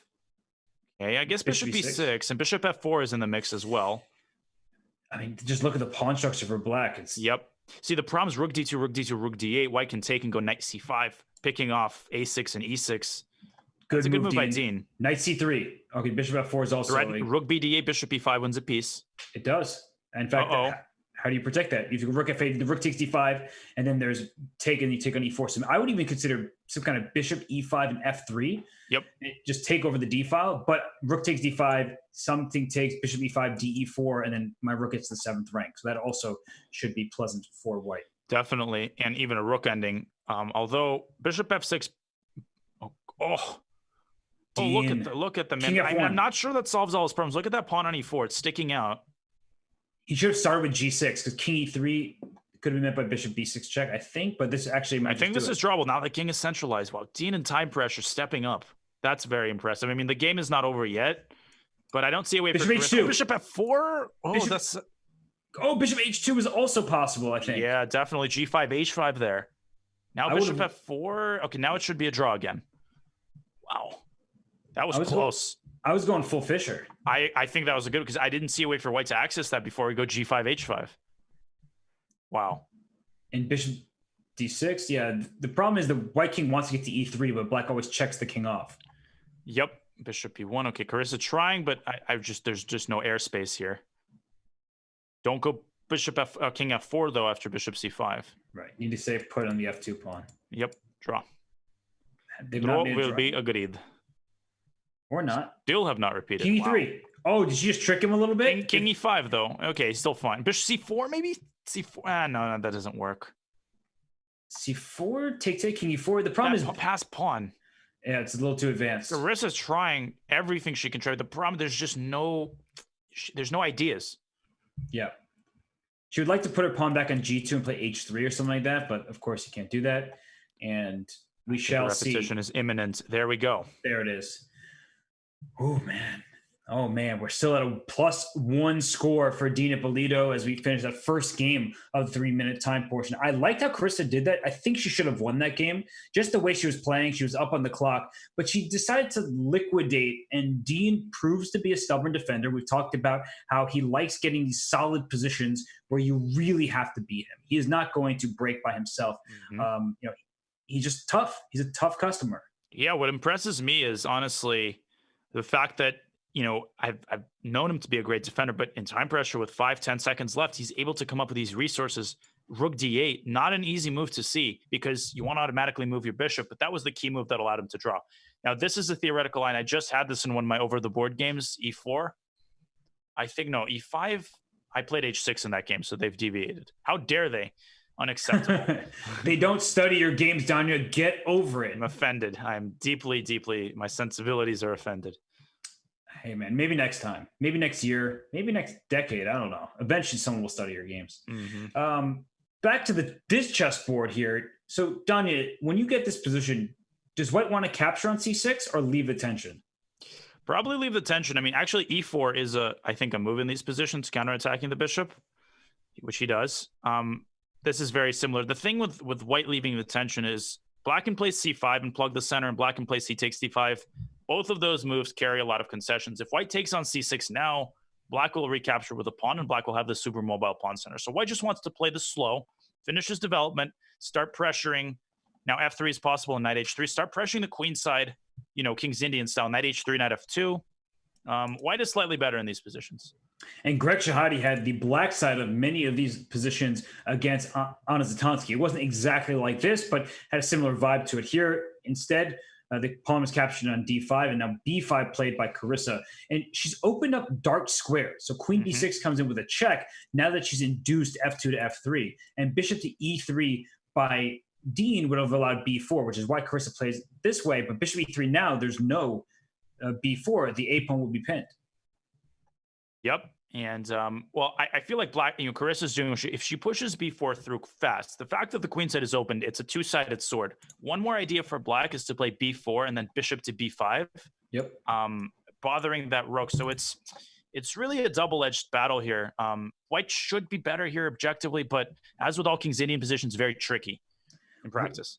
So she went queen into b7. I wanted to get my knight to c5 and into b3 and hopefully even into d4. Maybe it was too much to ask, but somehow just rerouting this knight away from a6 because that knight sometimes gets caught over there. It just sits there for too long. Here she is going to play your idea down your bishop to b5, though. Yeah, I see the people calling for Kasparov. I mean, Gary did play the King's Indian a lot in his day, so... I was watching Carissa, play King's Indian. Was very impressed, with the maneuvers she demonstrated, against Korpov. I played very similarly in 1985. But Carissa, of course, was not born in 1985. Or a little bit later. Anyways, knight d7 here to stop knight b6, I think, might be imperative. I love your Kasparov. I think that's my favorite impression you do. I can, some of the intonations I can improve, but... I just saw people calling for it, and this is a good opportunity for it because he did actually champion the King's Indian for a long time. Yep. And it is absolutely true what you said. You cited his matches that he wrote about so well in My Great Predecessors, but I just love it when you do the Kasparov. It's so good. Queen d2. Just go after this h6 pawn. Yep. Maybe play bishop h3 also. Get that bishop onto a better diagonal here, pinning the knight on d7. Yeah, I mean, there's something about this that seems fishy but yeah, bishop h3. A lot of these ideas, black's position is a little bit unstable. That pawn on d6 can also come into play, and the weakness of it could haunt black if white gets a bishop to b4. What if you take on a4 and get a past b pawn? Not a bad thought. I'm just looking at bishop a4, b4, knight d I feel like c5. that's practical. Knight dc5, then b3, a4 is weak as well. Actually, practically speaking, I mean, Carissa has to make a move fast here, I think. Is she thinking about just knight c5 right away? Because she gives up b4, but she gets b3, then her knight might get into the d4 square. I'm guessing that's what she's thinking about right now. Yep, but she takes. Make a decision, and she does. Now, knight c5 important because you don't want that rook getting to c6 potentially. Knight on c5 is just a hero in these types of positions. Okay, you can't really take on a4 after a 40-second thing, and it's been another about 7 seconds on knight d to c5. Like that felt like your intention. You just got to follow up with it. And she does have 40 seconds remaining, but Dean has a lot of time. And so those, as you've said in earlier games, those are those critical seconds that you just need to be able to play faster at those moments. Yeah, I mean, we it might seem like we keep harping on, time management. This is Blitz. And as we've seen in time scrambles that are 50-50, what tilts that balance is, the extra couple of seconds that one side has over the other side. It's not only which side is a better bullet player. So, yeah, that's pretty important. And here the a4 pawn is under attack. Rook to a1. You're getting your pieces all tied down in a passive way. Black can consider playing b3 there. Exactly. And if this pawn ever goes to a5, the knight from c7 will jump into b5. and hopefully into the d4 square. So Ooh, knight d3 but knight d3 and a smothered mate. Carissa's got Oh smothered my mates. gosh, queen b6, Oh king my h1, knight goodness. f2. She's got to see that. She has got to see this. That is, And you she saw that does. so quickly. Well, you saw it's- that so quickly. And Dean trying, but rook a3 now protects the knight and the rook. This is over Red Rover. I mean, unless bishop f1, maybe there's some minor ideas, but wow. Just the knight retreated. And don't blunder some kind of queen takes a3, right? If you go knight c5 to a6, queen takes a3 happens. And actually you cancel out the pass pawn, so you could blunder that and still win. You could, yeah. Pass pawn has done its duty. Although Carissa has no plans to blunder, but she's got to watch the time. That's making me slightly nervous, that number. Whenever you see the tenths of a second, I start getting nervous. Rook a4. Oh, she just came from there. No, rook knight a6. Decent. Take on h6. Just hope that you'll get an attack at some point. You won't, but you can hope. King h1. Now that's a prophylactic move if I've ever seen one. I don't know what the purpose was, but king h1. So why do you think Dean's not resigning? Because of Chris's time? Why is Dean not resigning time? 6 seconds. I'm telling you, Robert, the thing is, as we know, Carissa's using a trackpad. Stop making her nervous, Chris. She's dipping to 3 seconds. Now b3. You know, Dean has nothing to lose. He's using every opportunity. It's not dirty. It's practical. Yeah, why is she using a touchpad? Someone needs to explain that to me. So knight a2. Go knight a2. You just knight a2. Plug the. Oh, I'm telling you, this is knight a4. But now the bishop falls b2. The gates are open. This is basically over. Yeah. Now Queen Dean's c7. got no time either. Take the knight, bishop h6.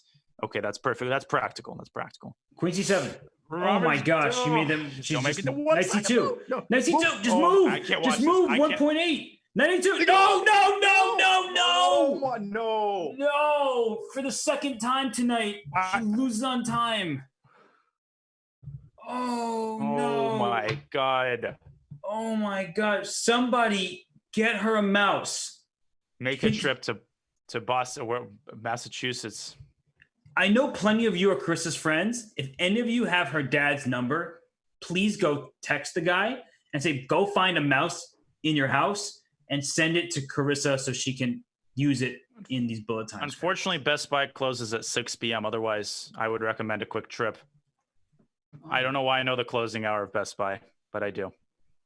This has to be changed here. The thing is, the thing with the increment is it's deceptive. You think I'll be able to make a few moves. It takes time to execute a move.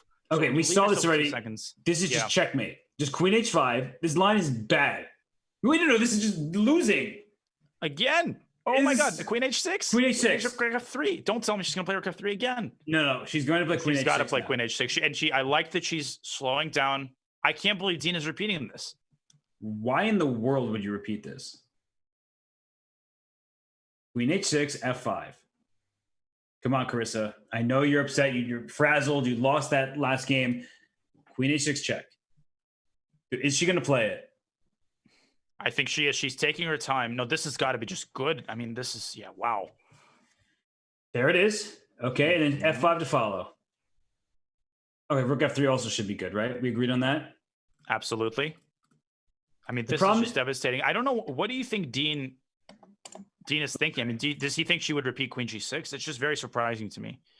I was trying to highlight surprising to me. This bishop on f6 because behind it, the bishop on e6 is undefended. And that's the big problem because normally you would defend your king by making a move like bishop g7 and shoring up your king. But the e6 bishop hanging here is a big, big problem. Wow. That was serious, by the way. Can somebody hit like her parent up for? I'm speechless. I'm honestly, I mean, that is just painful. And well, I'm still confused by what Dean has done because he just must not have realized that it was losing, right? You essentially win a game like that and you defend. You're like, hey, that wasn't so bad. And then so you repeat the line, but the line is not good. Rook g3 check is just it. Rook g3, bishop g7, bishop d4. Yep. Rook f7 only move. I take on g7. You take. I take. You take. I win on e6, and I'm up 2 pawns at the very least. This is winning, and her time management here is better. Rook g3. There we go. Bishop d4. It's easy. Bishop d4 takes g7. Yeah. Look at those 3 connected pass pawns too. You might even play rook e1 actually instead of take on G7. Yeah, you don't even need to hurry. It's completely winning. That's just resigns. Yeah, this is an opening that we will not see Dean Ippolito repeat, because you play it once, you survive, you get confidence because you won the game. Then you play it a second time. The trap has been set by Carissa. She gets a win. And then Dean's like, no more of that stuff. Let's go back to the Caricon. And Carissa's got to put things in context. If she wins this game, it's going to be a 1-point game. You know, of course, disaster struck. She could have equalized the match, but nothing tragic has happened in the grand scheme of things. And I think she's doing a very, very good job, you know, cooling her head and staying untilted, relatively untilted, you know, improving this line. That's pretty impressive because obviously she doesn't have as much match experience. This is funny. Jake 57689 goes, if she is an IM on touchpad, would she be a GM with a mouse? Great question. Yes, absolutely. I mean, her when she IM gets the first day will be glorious, and she gets them. I'm telling you from personal experience, it is literally worlds have been opened up for you. Well, her IM title has nothing to do with her online play, so I don't know if it quite counts. But either way, for Carissa Yip, she's on the verge of victory at this point. She's about to deliver a checkmate in a bunch of different ways. For instance, rook E8, just rook takes E6, queen takes E6, rook takes G7 check, and this king is unhappy. King F8, just to finish this off, rook F7 check, king double check, king F7, queen G7. Nice line. Check and mate. Yeah, Dean is trying, you know, hoping against hope he'll find something, but just doesn't have enough firepower. The king side is just so busted here. And how long do we have in this segment? We have 24 and a half minutes. 4 minutes. So still time for either of them to make a big statement. Bishop G4, tricky Dean, but rook takes C7 is the simplest. tricky D, rook G4, and I like this. He's trying his best. Just go rook E6 and then bishop C5 check. Very nice. She sees it instantly. Bishop takes F4, bishop C5, bishop D6. So yeah, just take rook D6 as possible. Black will win that bishop back with king D7, but that, you know, those two connected passages. I have to take my hat off to Dean though. He's finding every little and leaving no stone unturned. And he's proven in other games that he was able to fend her off when he got down in trouble. He got into an end game and he was able to hold on. But this position, she's up so much time. H4, H5 at some moment, perhaps now, is going to be great. So many options here for white, and bishop C5 check being the easiest of them all. Yeah, H4 is possible. That bishop on D4 is just blockading everything.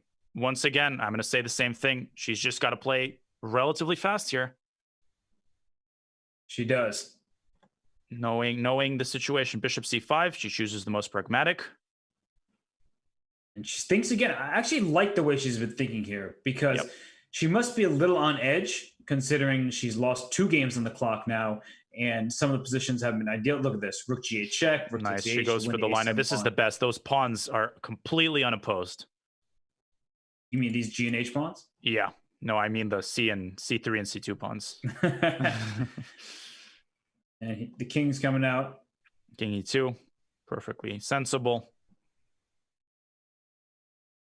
Dean, though, he's really putting up a fight. He is. Literally, I mean, D4. to the last drop of blood. D4. Oh, he's going to lose. Oh, wow, my God. He's going to lose on the next move, though. It's very hard to execute a move in that amount of time. Yeah, because you try to pre-move something or... Yep. Oh, he got it off. Look at the man. Hey, his mouse speed is better than we thought. And that was a good move. Maybe Carissa needs to ask Dean what mouse speed. Man. Rook takes G2. Go, Dean. He's going to pre-move King E3. The problem she might take with a pawn. He doesn't know which way she'll take. Ah! Okay, sorry. I'm sorry. I'm nervous. Oh, this is actually not as easy. If you take on B5 and King D4, you get the okay, that's good. Pawns. King C, oh, no, that's Rook A. The Rook C1, King B2 wins. Rook takes B5, Rook C5. Oh, this also wins, yeah. Yeah. Look at him pre-moving, though. He's showing off the mouse speed here. Absolutely.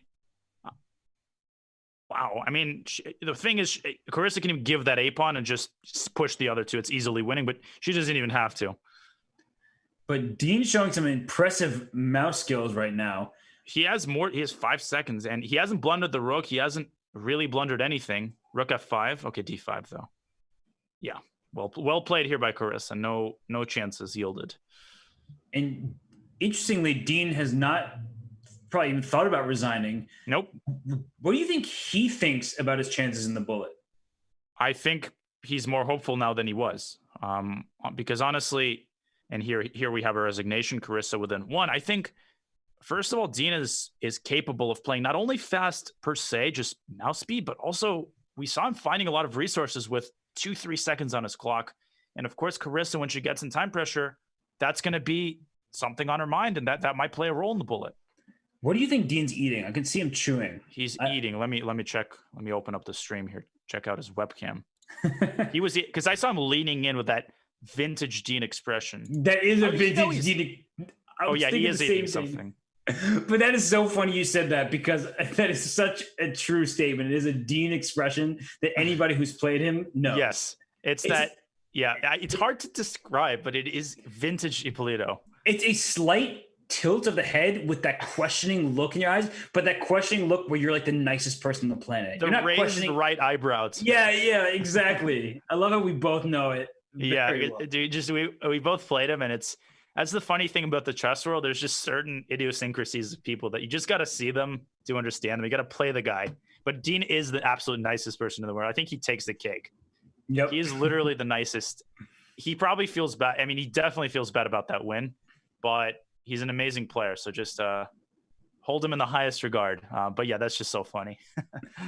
So right now, Carissa sacrificed a pawn and played c5. She's trying to get some play on the queen side, maybe a rook to b8. If d takes c5, the bishop on g7 opens up an attack on the b2 pawn. White is lacking in development, but has extra material. So Danya, when you get a position like this and Dean keeps capturing pawns, what do you make of it? Do you think this is a good sacrifice by Carissa, or maybe dubious? Yes, I mean, in light of the positions she wants, I'm definitely dubious, but so is the King's Indian. So that's just another day at the office. What she's got to be careful about, I actually like this. So she's trying to time the recapture on c5 correctly. c6 here is interesting, by the way. Mm-hmm. Just giving away a pawn, trying to introduce some discord in White's pieces. Very bold by Dean, queen a6, trying to cling to that c4 pawn. I like the practicality of what Carissa's doing. I definitely do think it's dubious. Wait. Knight e4 and knight c5. Can I trap your queen somehow here? Okay, so knight e4, knight e4 cd, knight c5 de, but you can also recapture. You get away with it. You're evil. I mean, I knew that all along, but you just confirmed it. I just saw the queen almost. Wait, is this some kind of funky draw? What are we looking at here? It might be. He plays on. I'm confused. Rook b8. How are you going to protect your c4 pawn? It's a good question. And by the way, just to clarify, I played the King's Indian my whole life, so I'm definitely not trying to, throw shade on it. I've played it since the day I learned chess, basically. That is a really fighting first opening to learn. So your coach was just sending you out to the wolves and hoping you'd survive. Well, I don't think he succeeded. Look where I am now. Yeah, I mean, queen e1. So Dean drops his queen back. Now I think there's a lot of compensation for black. I mean, either pawn can be captured, actually.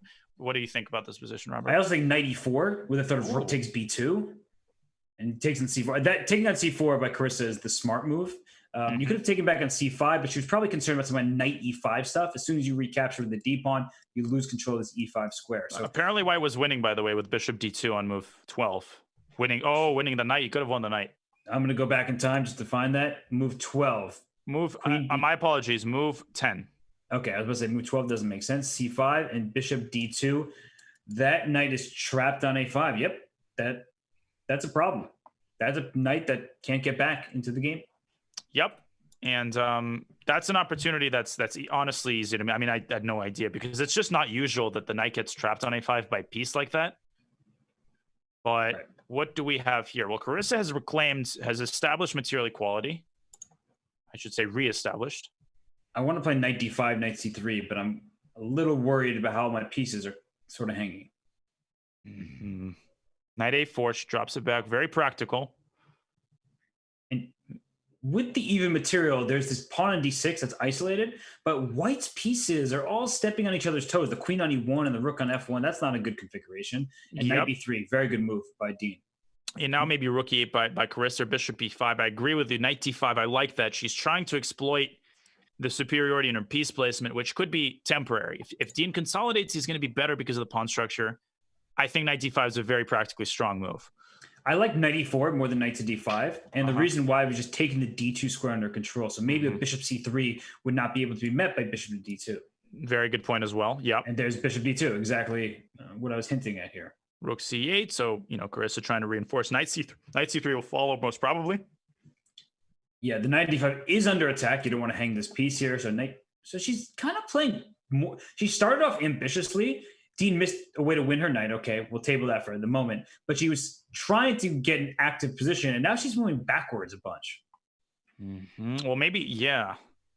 Bishop I was f4. thinking knight c4. The problem is there's no targets on the queen side, right? It's hard to. I don't like that move. That makes more weaknesses. Oh, and he's hanging by a thread here.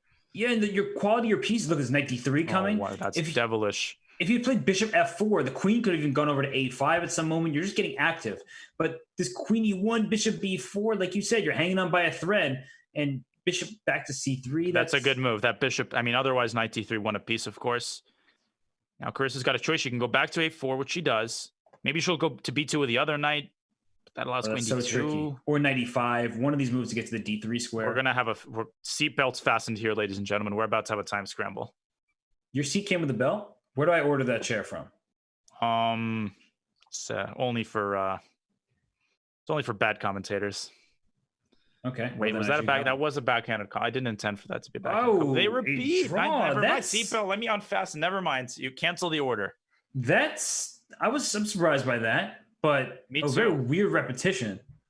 I feel like Carissa might have wanted to somehow find it, but it's easy for me to say. And I suppose it was hard to find a concrete way to exploit, the pieces.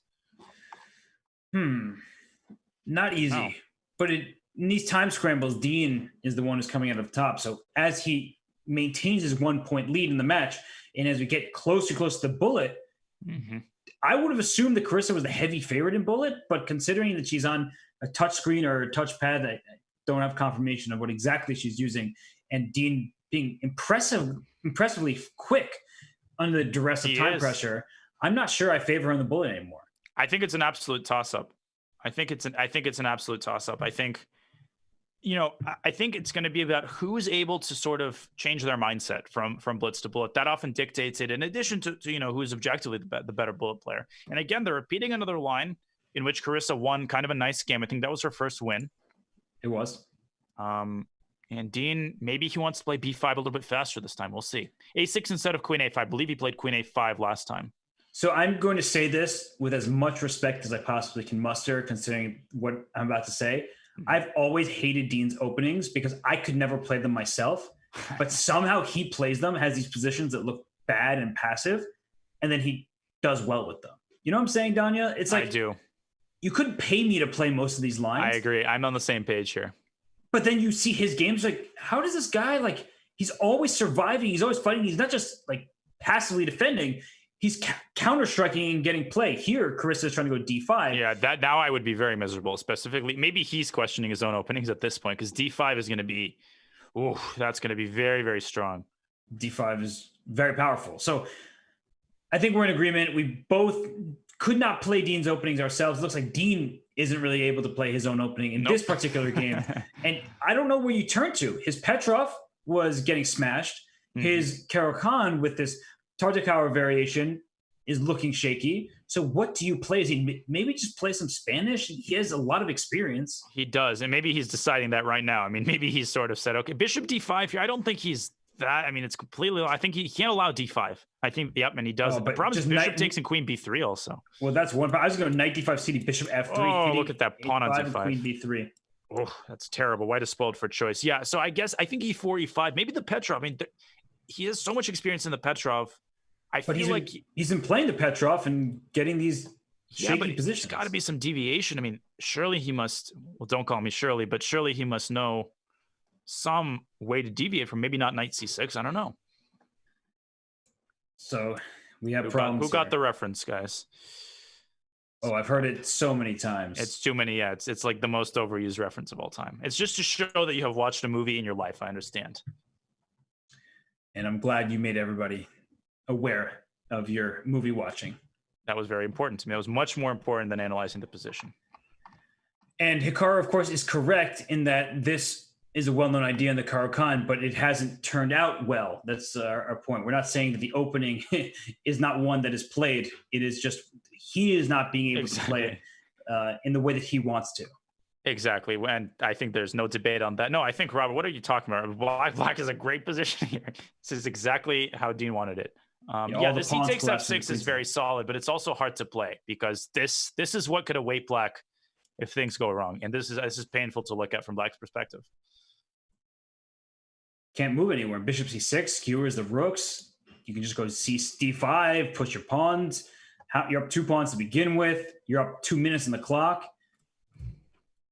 Not good for Dean.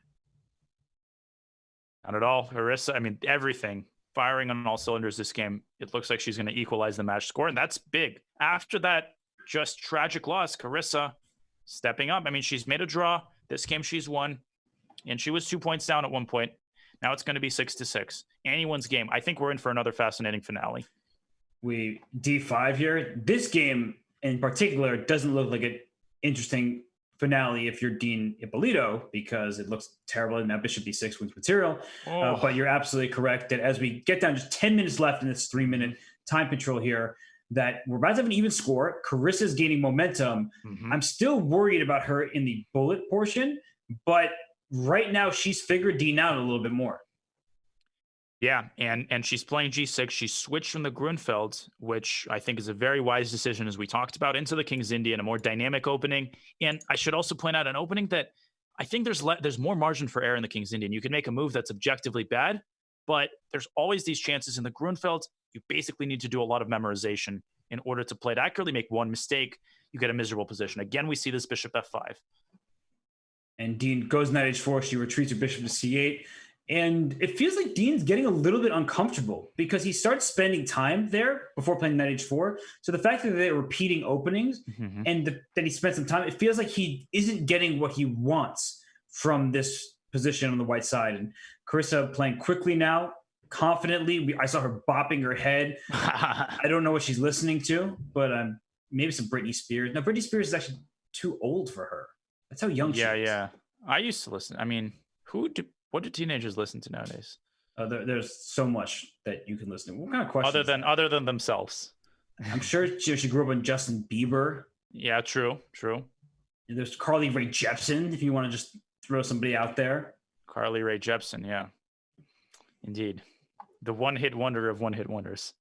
I mean, maybe someone should call Carissa.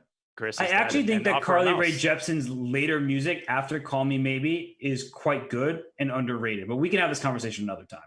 Let's agree to, yeah, for sure. We are old. We are old.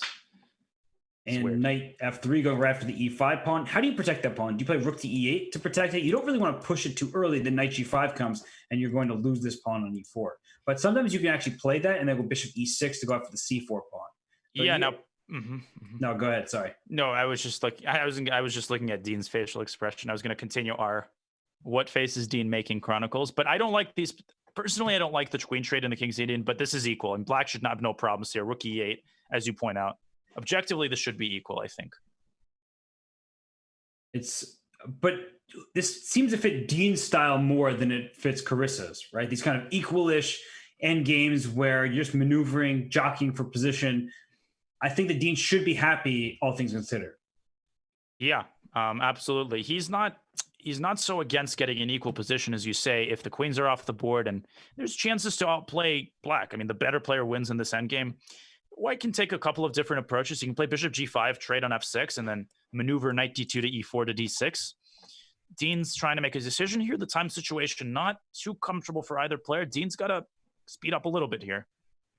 There's g4. I actually had highlighted g4 for a while you were talking, just waiting for that move to be played. And that is a good move. Bishop e6 would be a good move hitting c4, but bishop e6 is knight takes e5, which steals a pawn and protects the pawn on c4. So it looks like White is able to get away with it, right? Just knight takes e5? Maybe what does Black do? Knight fd. No, but I just take on d7. My pawn on c4 isn't hanging just yet. Must confess, I couldn't believe. There it is. For whites, but knight d7 for black. Maybe this does work. Yeah, that c4 pawn, that king's Indian bishop on g7 comes alive. And that bishop is great. And the pawn on c4, it can't be protected. You need to play b3 to protect that pawn, but b3 is not happening with that bishop on g7, as you pointed out. And the bishop cannot take on c4 yet. The d7 knight is missing a defender, but there's no way to take advantage of this position. Yeah, Maybe this is vintage King's Indian. Bishop E3, what about bishop d5? What? Half joking. I kind of like it.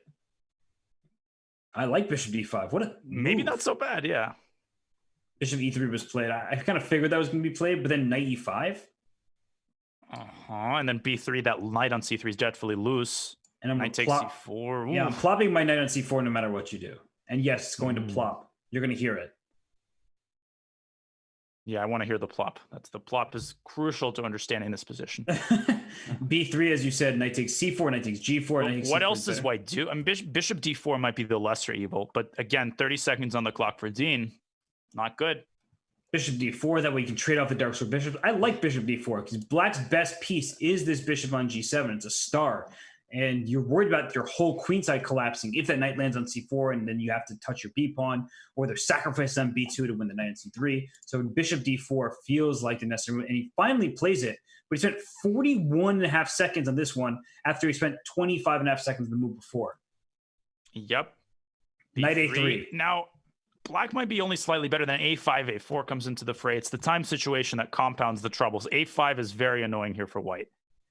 Agreed. Very, very annoying. So a5, a4 seems just fantastic. And the problem for white is you have this open d file, but what are you doing with it? Actually, I would not have played rook d. I liked your a5 move because the d file is useless to white's rook. d7 is so well covered. And king f8, she's going to go king to e7. But now look at that. The knight's coming to c5. Bishop c8. Go passive there. Yeah, a5 would have really offered white a taste of poison paradise, but now I'm not sure who's better. Now I'm not. I mean, probably black is. See, the thing is that knight on c5 looks good, but it can be dislodged, and black's pawn majority on the queen side is more important than white's because it's easier to take advantage of. It's true. But king c7 is knight g5, so you have to watch out for some of these tricks here, and that's why Carissa's now taking time. She goes back to e7. I think g5 is. So he's playing for more. Dean is playing for more, which might mean playing for less, because sometimes you play for a win and you end up just in a worse position because it should be about equal. b6, I would just make sure that knight doesn't get back to the c5 square. Now here's knight c5. Now it's trouble again for Carissa. Yep. Bishop takes d5. Whoa, and h4. That's not good. King d6. Does my king get to the center? The problem is knight d3. But that actually helps white. Now king c3, king d4. I think the Britney Spears should have been maybe replaced by an audio recording of Dvoretsky's king d4? King d4? d4, bishop f5. Now d4, king d2. White holds on. Why didn't she play king e4 instead of... No, that looked actually really good for black. The king was infiltrating, and now it's not. I know, very deep thought process there, but... It's hard to say. The problem is I'm worried if black's king gets pushed away and white's king gets to d4, it gets bad for black quickly. It does. And king d4? Why isn't it king d4? Oh, but why does Dean allow Carissa's king to get to e5? Bishop g2? Oh, goodness.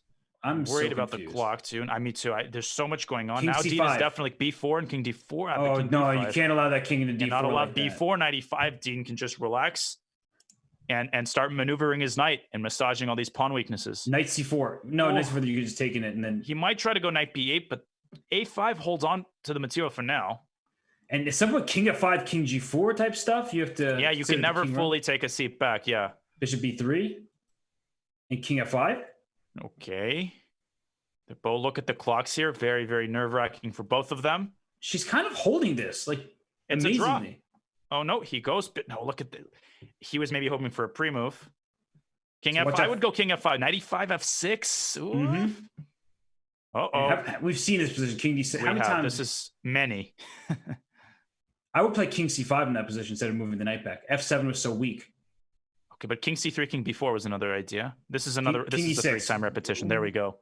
That was hard to call because it looked like it was close to winning for white. I think it was really teetering on the edge of victory there. Yes. And Dean missed an opportunity. I feel pretty confident saying I agree. I think those weak squares that king access to g4, he was worried about that. He let his time drop a little too late. We have, surprise, surprise, another Petrov. Ball is in Dean's court. He cannot allow that line again. That would just be crazy. Okay, he allowed it again. So let's see what he changes this time. No, but I will not. I refuse to believe he's going to do this again. And speaking of a Britney Spears. One more time. He's not going to do it one more time. So he plays c5. That's much more principled. But these pawns start rolling really quickly for white. If I get f5 and f6 and I blast open your king. She's going to attack the king one more time. That is the only Britney. I only know 2 Britney Spears songs, and I keep trying to cycle the references.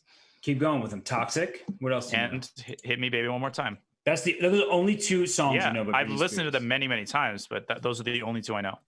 Full confession. I don't want to talk to you anymore. I don't think Danny. Now the news of my firing is such a bygone conclusion. I think Danny should waste his time on the state of chess address. You're such a disappointment. So back to the chess where you're not a disappointment. This bishop on e6 covers d5, covers f5. It also blockades this e5 pawn.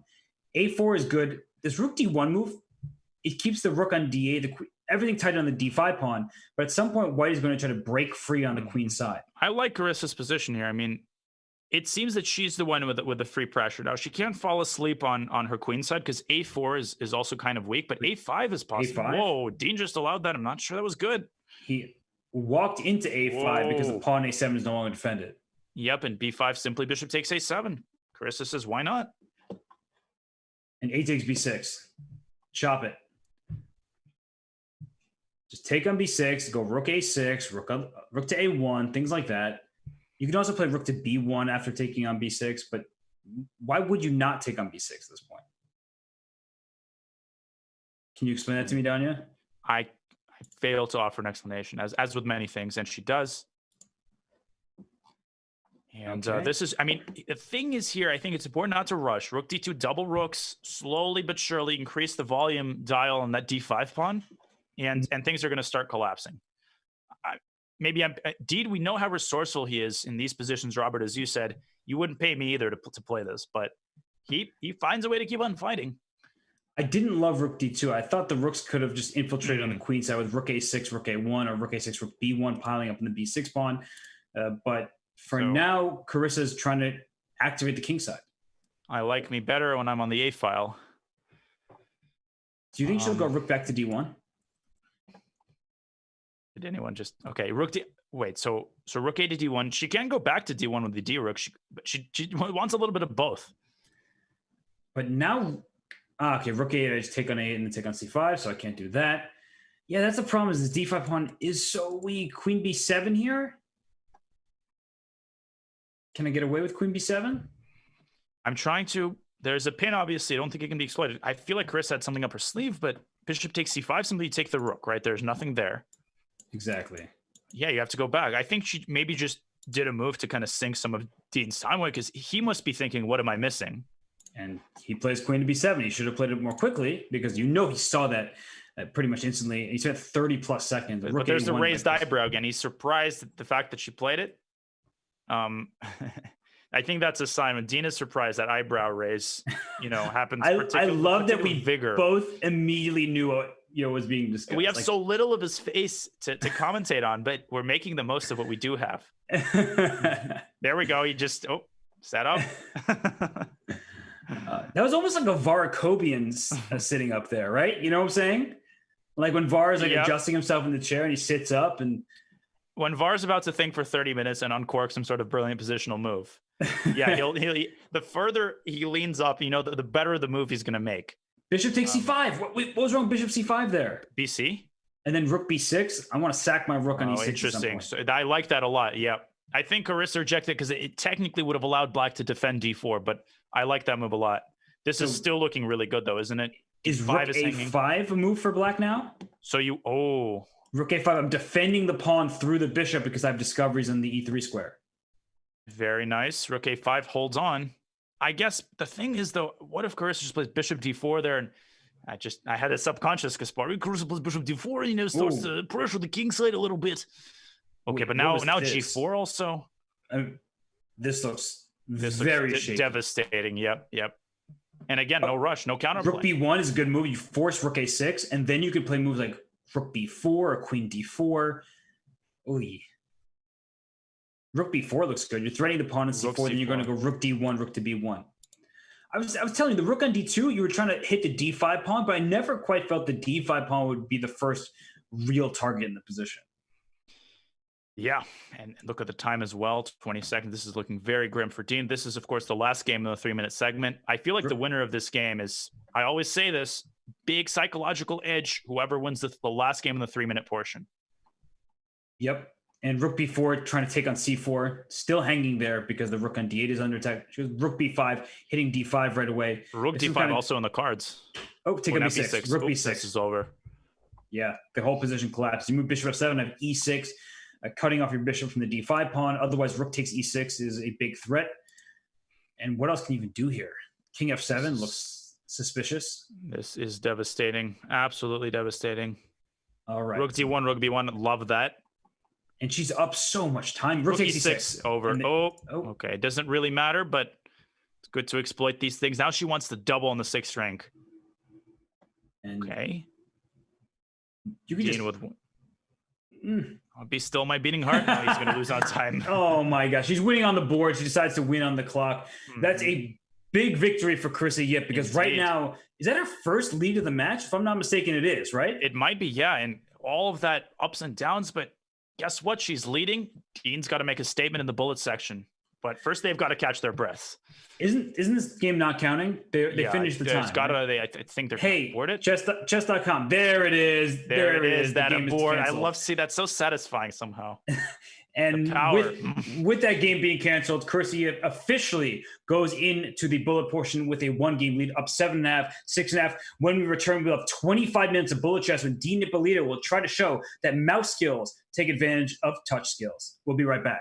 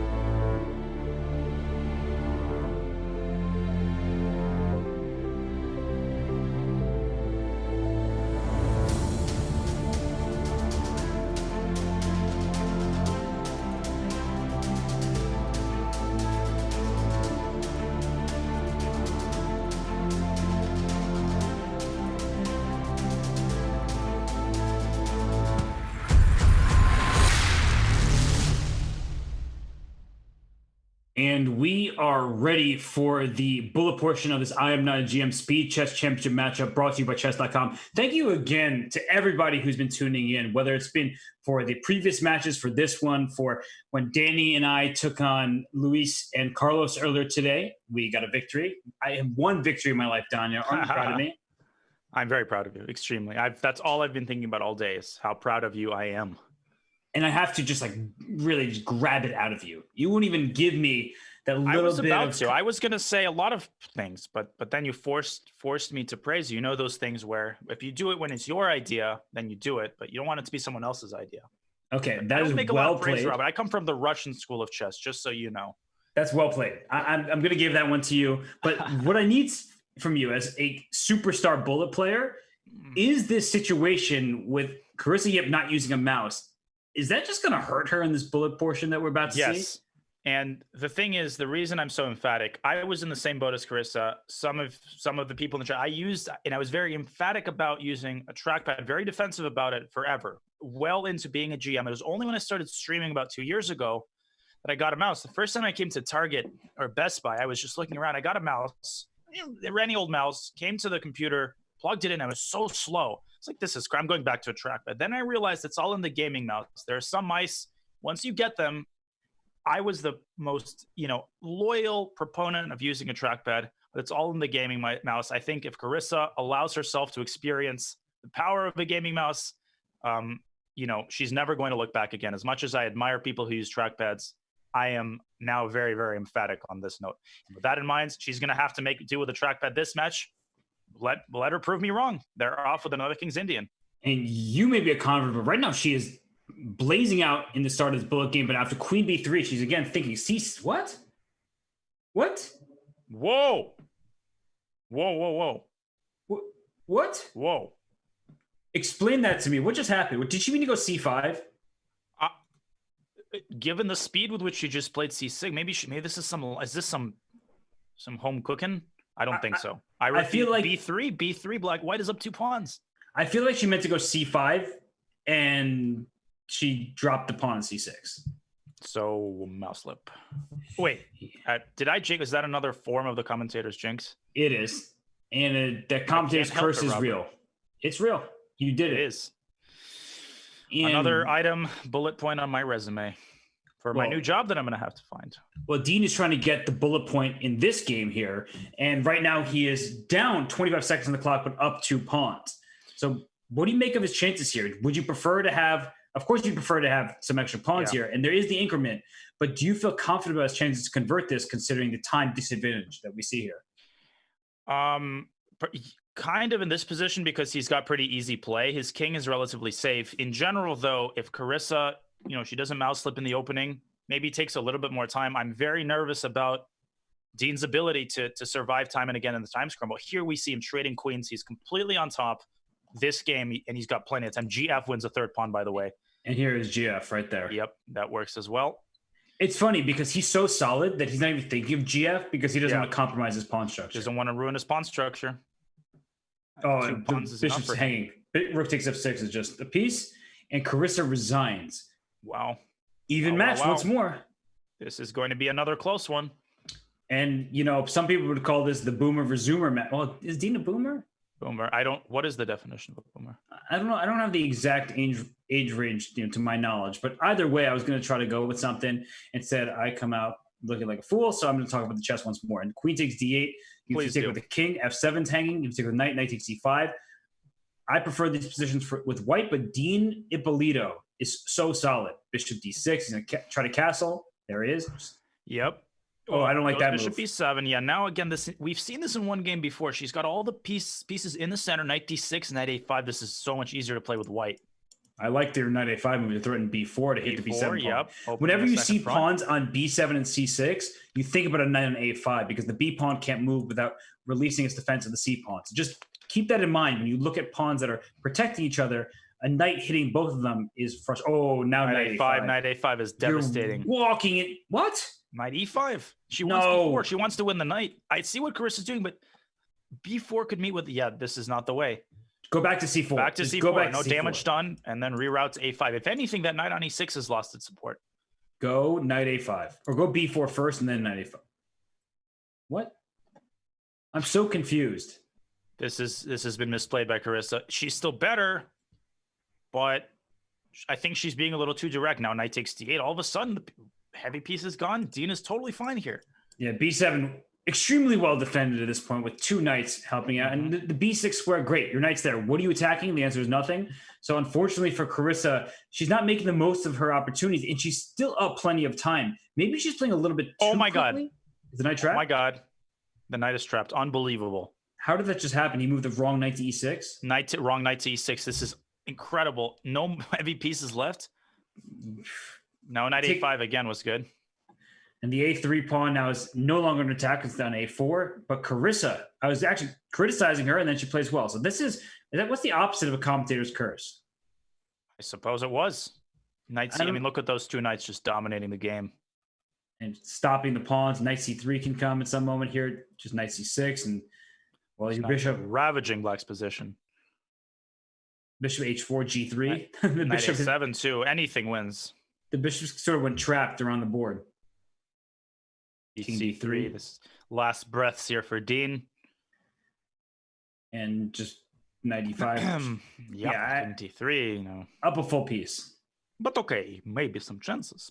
King takes c3 was also good. But I mean, I like how Carissa is playing abundance of caution and bullet. You just don't want to let your opponent back in the game. Good time management to 35 seconds at the end of the game. I wasn't very big fan of her play there toward the end game, but you know what? She made it happen. Her initial intention was to trap the knight, and she made it happen in the end. Maybe not in the way that she intended. If I were Dean, I probably would have resigned that sooner, because now you're down a point, and if you lose another game, you want to have more time remaining on the clock. So this line we have already seen, and it seems suspicious. What is this line? Is bishop c8 trapping the queen? Whoa. Bishop c8 now traps the queen. Okay, c5 is one possibility. b4, and the knight's trapped. Where does the knight go? What is this? We've seen this now 2 times where the knight gets trapped. Oh my goodness. I can't believe this. Yeah, that's not good. I cannot believe this. Why is Carissa giving up that pawn? Queen c8 there is fine. Anything but this. Yeah, that knight's just trapped. Knight e4 and queen a5 is the simplest. There might be some bishop takes d4 kind of stuff happening, so at least Carissa's giving herself the most chances possible. She is. Have to give her props that she's trying to be resilient here. That's a Dean Ippolito move if I've ever seen one. He's like, rook b8, rook b8, rook b8. Oh my God. You're too solid. God. That's the issue when you're too solid. Credit to you, Robert. You saw that instantly. And bishop b2 just looked like such a nice, calm move, but now your bishop's on pretty down there. It still is a Dean move, but that is such resourcefulness. And look, a3 opens up the b3 Just knight b7. There you go. You're free. Still much worse, though. Queen takes a7, I think. c5. You can get away with that. c5. No longer. Definitely not c5. Knight comes to e6. It's funny because black is still much worse, but Carissa is so happy to have this. Bishop c3 and cd. That's a blunder by Dean. Oh, man. He blunders upon this way. Oh, he's losing the thread here. He certainly is. And now we see a queen trade. Now it's even material. White has the outside pass pawn. So you have the 2-on-1 from the A and B files. Black has an extra pawn in the center. If you can actually mobilize the pawns, White is going to be happy. If you cannot, the pawns in the center restrict the enemy knight. That's what's so Knight good. Knight c2 wins a pawn. Knight c2 wins a pawn. Knight c2 is nice. If rook a2, this knight takes e3 check, and then rook on c1 is hanging. And Carissa misses it, but still, from a psychological perspective, you're basically waiting for your opponent to say their last words, and all of a sudden it's an equal endgame. And knight a5 Dean orients himself. Knight a5 is a great move. It would have been better before king e5, because king e5 wouldn't have been possible with the knight coming to c6. Rook c4, interesting. Knight a5 now. Knight a5 out of there. Okay, this is.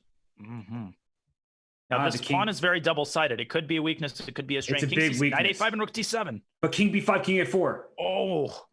King b3. Oh my goodness. King d3, rook c8. Yeah, knight e5 is a good move, because if king a3, rook a5 check even. Good point. Rook d3, okay. Rook d3. You protect your pawn. And then move the knight to c6. Yep. And then king d2. Is that king on a4 going to get mated, or is it going to help black survive? That's the essential question. Either. Rook c7 is a great move. Now knight d4 is unclear. Ooh. What is that? Knight was trapped there. Rook a2 is possible there. Now the knight can get out king to b5. King b5. Go back and repeat. Knight d7. Knight d7. Oh, king b5. You're going to repeat. Oh, knight g5. Knight g5 wins a. Oh, my God. Oh, he tried to win. Oh, my God. Oh He my tried to gosh. win and it backfired. And that's the psychological element. Okay, E5 was a sick move, just for the It record. was E5 forcing the en passant, getting that knight out of there. Let's see how Carissa King takes B5. What a trick! What a trick by Dean. The rook B3 check. I've got to take my hat off to Mr. Ippolito here. That was really But funny. Carissa showing the iron nerves of steel, the technique, keeping the A-pawn. This is basically over. And the time situation not helping Dean at all. Yeah, Dean, he was going for a win at all costs. I mean, we talked about this, where sometimes when you go for a win, you're really going for a loss. And he just missed a one-move check there. Yep. And yep, Carissa vibing there. You can see the confidence shifting. But Dean just said, let me take a sip of the coffee, steady myself. Plenty of time left. I don't know if that's coffee. Does Dean drink coffee? Maybe that's an espresso. I don't know. I have no idea what Dean does and does not drink. Also, that's unacceptable, Rob. Didn't you do your research? Woo! Sneeze on the truth. Sneeze on the truth. But what I was going to say was that when we were joking about the boomer resumer thing before, like obviously Dean's not old enough to be a boomer, but our crew behind the scenes was roasting us for it, for just like even suggesting it's possible. I'm actually very bad when I hear like Gen Z, Gen X, boomer, zoomer, schmoomer. I don't know. I just think of myself as a bad chess player. That's the only identification I care to make. Well, this looks good for black. Although the long term is good for white here, right? Because you have the 3-on-2 on the queen side, the bishop. Yep. Wait, B4. And C5 is an interesting little pawn wedge. And knight E4, knight D6 is a very unpleasant maneuver. C5? Dean's got How's your knight getting out? Knight on A4, bishop B5 is a threat. Yeah, that knight is getting stuck out there. What do you do? Dean got himself into some. Now he realizes that he's got to play A6, but then knight E4, knight D6 comes into the play. King B3 also. I mean, there's just so many threats. The problem is if king B3, king takes A4, then I have knight takes C5, and your king's almost checkmated over here. My goodness. Carissa's king has run several marathons here. I would play A. Okay, I was thinking A6, but he goes bishop B5 traps the knight. Yeah, what was knight B8? I think that was just desperate. Just didn't see what to do. Just go knight B2. Go knight B2 and go to rook D2 check and take on G2. That would have been, I think, a better try than this. Although this F5. F5. Oh, knight D6, king C7. It's not that clear. Yeah, the Those C5 pawn get tangled. I would just play G3 or in knight C3 maybe if I were Carissa. Knight C3. Knight C3, rook E6. Knight C3, rook E6, and everything's nicely protected there. Good time management here by Carissa. This is a critical moment. Ooh, okay, she goes for it. Okay, but what now? Yeah, wait, rook takes E5? This is very fishy. King E7? No, but that bishop can't come to A4. Oh, this is... I guess this works. A6, bishop E2. Well, I'm suspicious. I don't... Yeah. A6, bishop E2, then rook C6. That knight's getting trapped because I have rook B6. Whoa, whoa, yep. No, knight B7. No, rook B5. That square's covered. Bishop A6 now. Oh, man. Just go knight D4. Rook H1. She takes. Yeah, but the H2 pawn would have been hanging. So like the rook and H1 is stuck for now. Knight B5. What a funny move. Knight D8 by Carissa. Wow. No, knight C6 check. The knight, and this is all over. Carissa. Oh no. Carissa is pulling this one off here. King F6. Just play on. Actually, I would resign. What am I talking about? I would too. Time is ticking away. 13 minutes left, Robert. And all credit to Carissa here. She is keeping herself composed in these time scrambles. Her time management and bullet has been stellar after that first game. It has indeed. He's got to resign. Every second is golden right now. Every second is golden. She's going to win this game. Knight A8. Oh, man. Dean he's not happy. No, G4, he shouldn't be. G3, another rook is gone.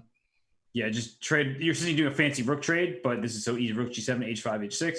And if I'm Dean, I play like knight E6 or something random to attack the rook and hope that Chris blunders. Or finally, he resigns. He throws in the towel. He has just under 13 minutes left. He is now down 3 points in the match. Danya, does he have any chance of coming back, do you think?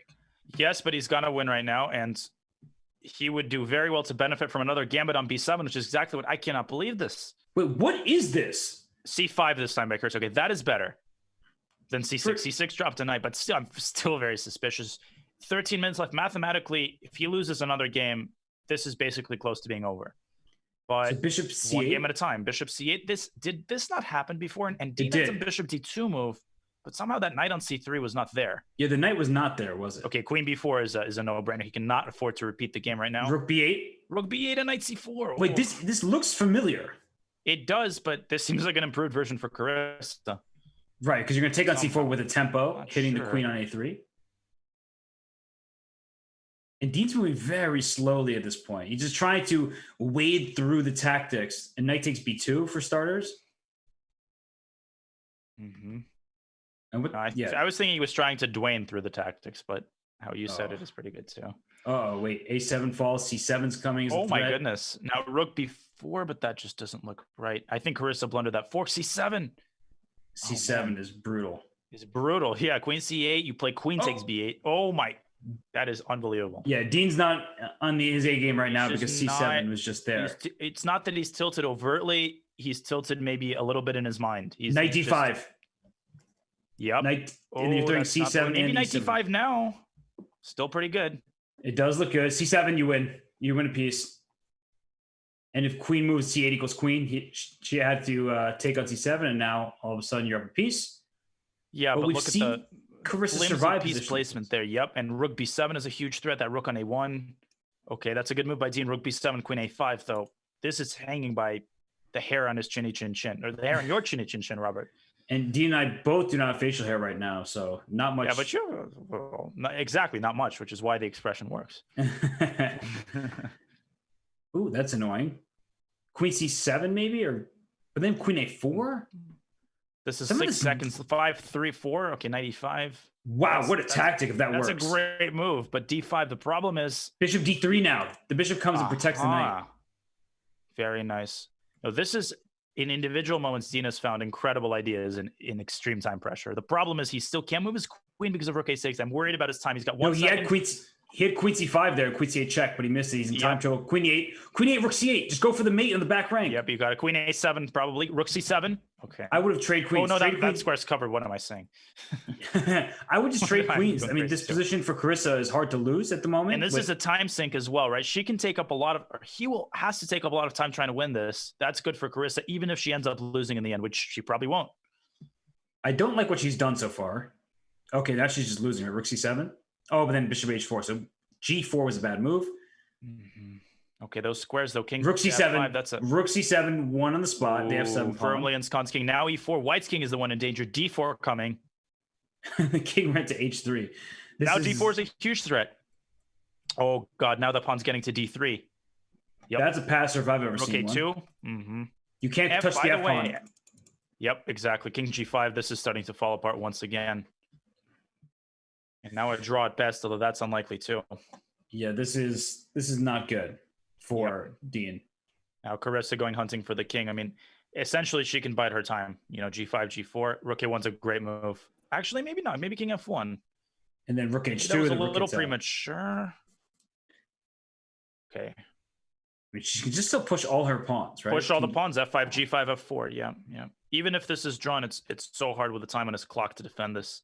Bishop h2, bishop g1 is also in the mix, by the way. Yeah, it looks really annoying. You sacrifice the d pawn to win the f pawn, and then you'd likely get the e pawn as well. So Bishop g1, king f3, rook h3. Oh, No, now all the pawns are falling.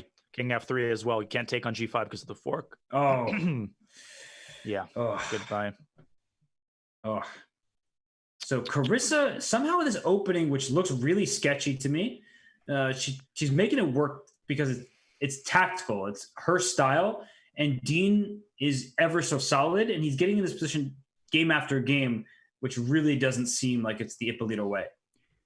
It's not, and now Dean trying out a Sicilian bishop f4.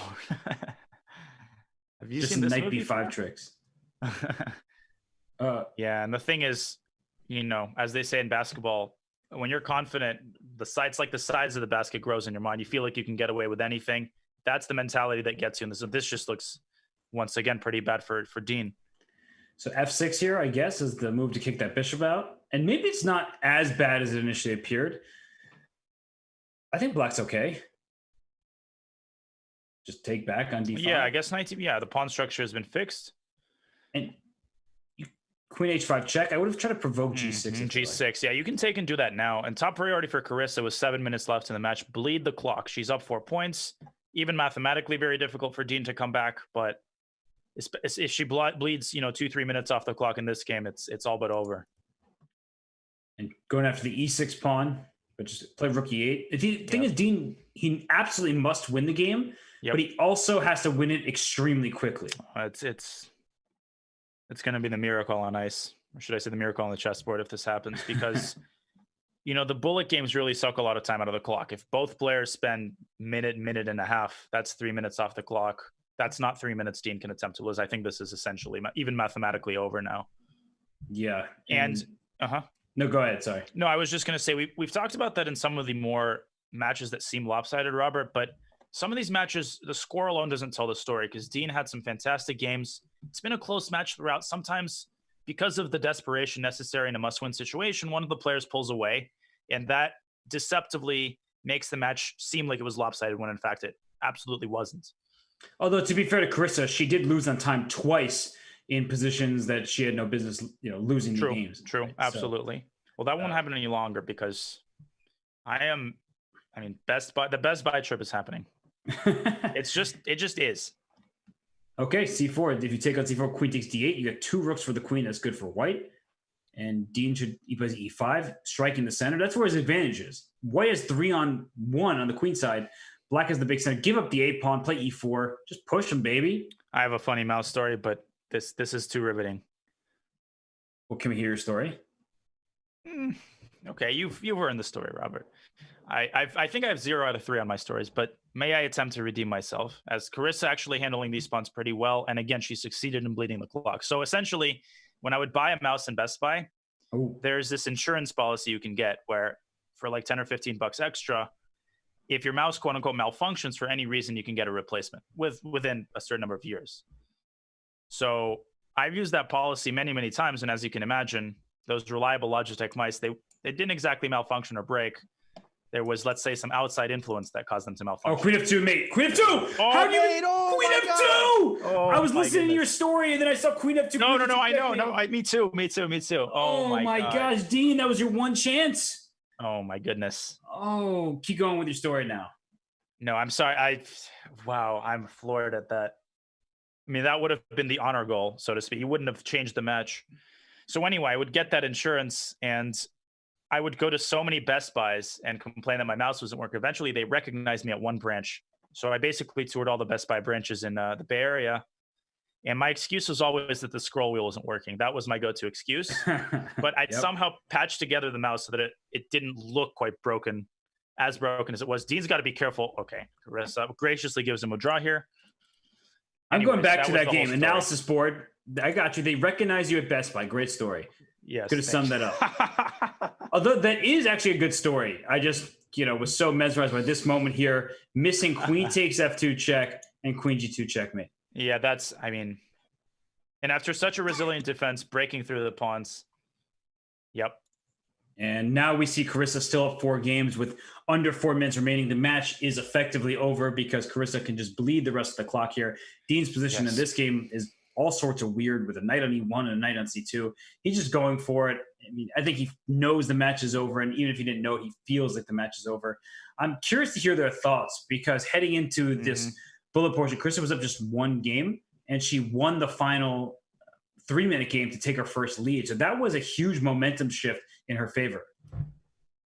Absolutely. And I honestly thought those psychological blows, like losing on time, affect her, but even in her facial reaction, she took it in stride. She, composed herself. On she went. Next game was usually pretty good. Yeah. And her bullet rating is much higher than Dean's is. And I just feel like Dean doesn't have bullet experience, but the way he was playing in that 5-minute portion in particular, it felt like he just, he had knight takes e2 and the queen's lost. Yeah. Wow. That is just a crush. That is the hammer blow. That is the exclamation mark. And how much left in the match? 2 minutes. That's probably enough time for 2 more games. Not that it really matters. Yeah, this is it. I forgot my train of thought because I saw knight takes e2 check, forking the king and queen. Danya, remind you were thinking about how awesome my story was, but yeah. What's your question? I definitely was maybe not thinking about that, but thank Danya, you for being honest, Robert. If I'm nothing if not honest, and I definitely can be, how do you say, sharp maybe blunt. Frank. Yeah. Okay. Noted. Duly noted. Let me get my trusty pen out. Did you have a question before I launch into that diatribe? I did have a question, but I don't remember it. So now you make me feel guilty. you should feel guilty. I see. I see how it is. You know how it is. And I know exactly how it is. I mean, instead of going on diatribes, maybe just a little soliloquy. That it sounds a little more peaceful. Soliloquy, maybe a homily. Yeah. Oh, I mean, just give people something they can calmly relax to instead of just being all angry all the time. Okay, I'll take that under consideration. Because we've all seen the video of when we played that bullet game, and then you broke your mouse. Yeah, man. Let's say my table had some cracks on it as well. And you are far better than I am at bullet. This isn't a competition, but that video to me is just so funny. Well, you were actually, for the record, I didn't make any lasting damage to my bones, but you were so fast in that time scramble. That was tilting the heck out of me. So don't downplay yourself, Robert. Again, the praise that I have for you is so few and far between. Take it to heart. And you're faster than even you might realize. I mean, cool. I don't think so, but I appreciate the last it. piece of compliment. What's happening in this game? Okay, so Carissa's won an exchange. It's been a Najdorf, I think. Yep. I paid, honestly, because there's 30 seconds left in the match and Carissa's locked it up, and we were just trading jabs at this point, and the a5 pawn is falling now. And by the way, d5 there, rook takes a5. Rook takes a5, queen. Oh, queen a1. Queen a1. Queen yeah, a1. I like it. Oh. Queen a1. Okay. I think I was a little more excited than you were, but that is kind of the honor goal. I thought the pawn was at h3, but I was still just sacking the queen for compensation. But then the pawn wasn't on h3, so it was the back rank mating idea. John roasting me in the chat, man. Yep. And Carissa, basically 10 more seconds left in the match, so she can just bleed this out. Yep. And that is the match, ladies and gentlemen. Dean will probably win this game. He will. Well done by Carissa in the bullet segment, though. She, when it mattered, she composed herself. I don't know if she connected a mouse or something, but she seemed really fast in this segment. Much faster than she was in the longer time controls, because those scrambles had me thinking that Dean was going to mop up in bullet, because it just seemed like Carissa, anytime it got, wasn't G4 winning a piece there? 97 mate. No, that was almost mate. Yeah, it might have been. The bishop on D6 was only protected by the knight. King takes D4, king back to E5, go to F6, try to take all the pawns. Mm-hmm. Wait. Yeah, it's never, I was going to say it's never easy, and it is a draw. Wow. And it's never easy with that king rampaging the pawns, and that is the match. They're going to abort this game. And Carissa Yip officially has won the match. She wins by a score +5. This game is about to be canceled. And after it's canceled, which should happen any second now, hopefully. Another sack on B7. Is this just for the fans? No, it's canceled. Carissa had to sack another pawn. I do want to learn more about this line. So at some point, I'm going to ask you to study it and tell me what the deal is. But in the meantime, we are going to take a very quick break so we get the players in the call, hear their thoughts, congratulate Carissa Yip. And so we will be back in just a short moment. Stay tuned for the post-match interview.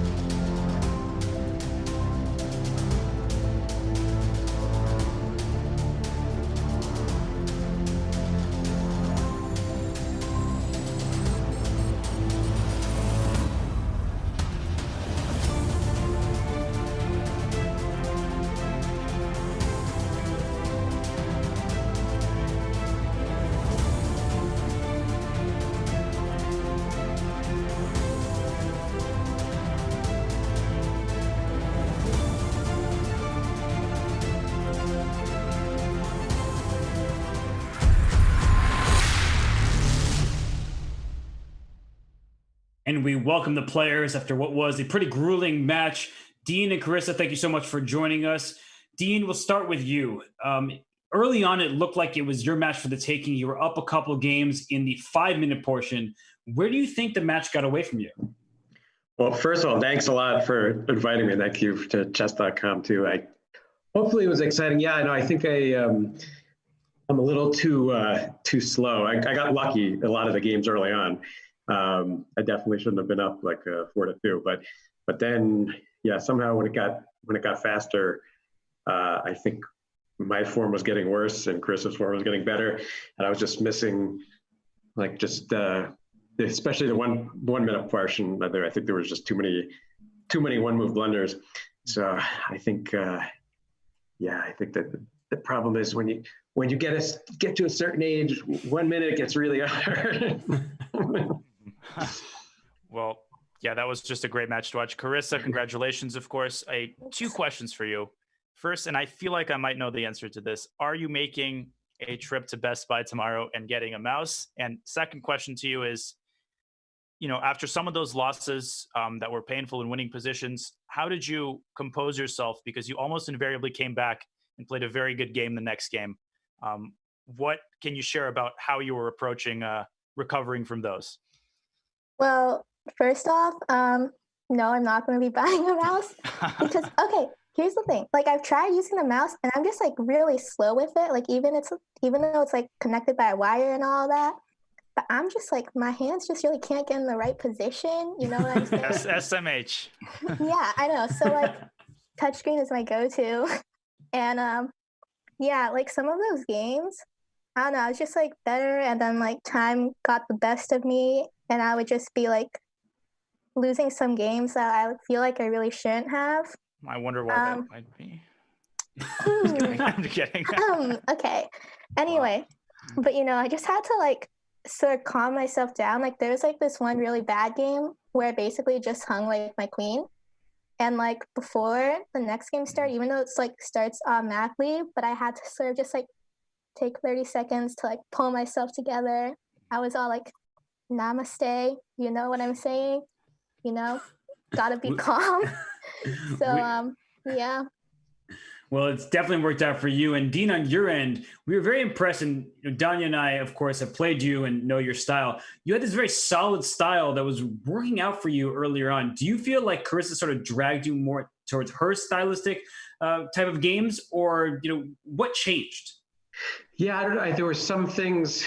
Well, first of all, like the Karo Khan wasn't holding up too well. I was just getting killed in those games, and so I just went back to the Petrov, and then at the end Sicilian. But yeah, just I don't know. I just toured. I think it was getting. I wasn't able to control the games as much as the games got a little bit faster. So she was out calculating me. So on the faster time controls, I felt like everything was slipping away. But I think the games got a lot messier, and there were a lot of these King's Indian positions that were should be good for white, but in a fast time control, it's hard to try to stop the initiative. And Carissa played really well. It was like much more practical than me, and I probably should have done like Sicilian earlier, something to make it a little more interesting, because I was just getting killed and all the other stuff. I thought we were just going to keep winning every game with white, but yeah. No, I mean, it was a really well-played match for the most part. Of course, mutual blunders happens in time trouble. And Carissa, it's probably past your bedtime, so I'm going to ask you just this one last question. You are facing Greg Shahade in the next round. And you've gone to U.S. chess schools. You know Greg for many years now. Are you looking forward to that matchup? And what do you think it will take to beat the mighty Greg Shahade? Honestly, Greg is a speed demon, and I'm like out here trying to do my best with a touchscreen. So I don't really have super high hopes for that match, but I'm definitely excited to be like facing him. I don't really recall if we've ever played like Blitz or Bullet at one of those US chess schools, but it'll be exciting. Wait, I have a question. So you were playing with a touchscreen the whole time? Yeah. Oh, well, that's something that you didn't have to tell me.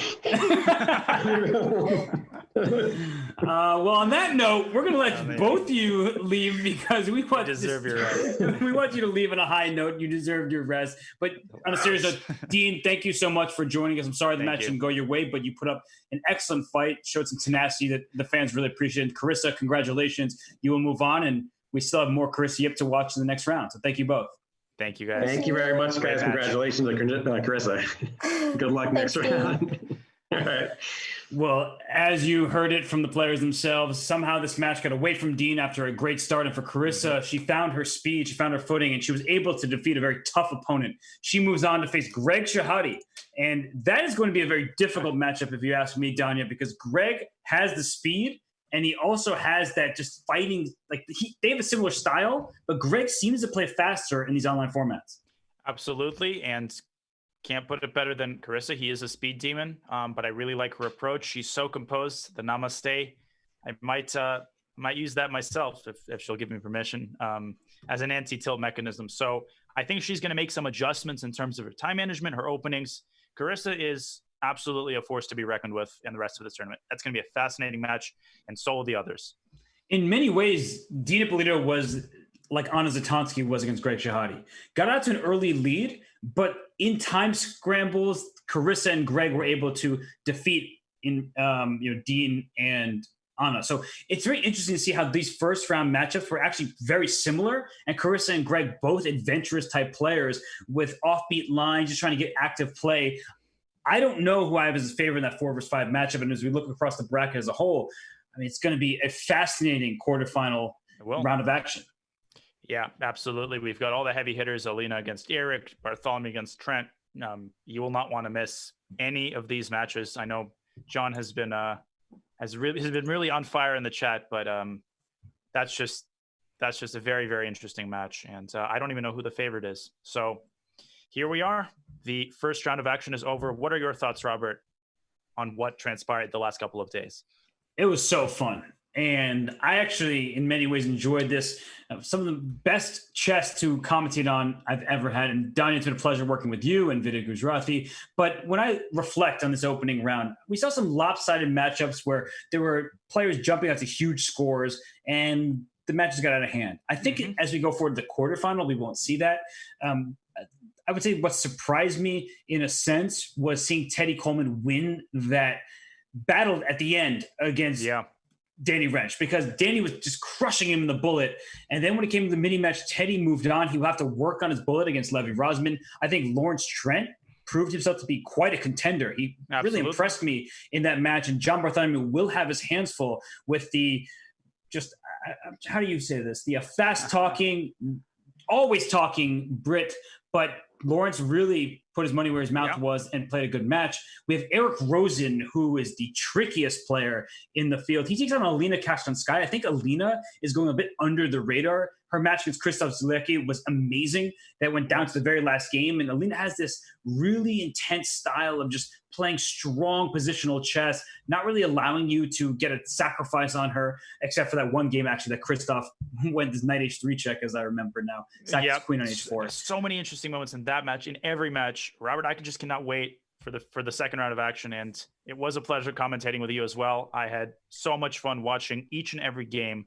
And we know these players, they're not GMs, got to remind the crowd, but they put their absolute hearts out, each and every one of them. And we were rewarded with some incredibly exciting chess. And there is so much more to come.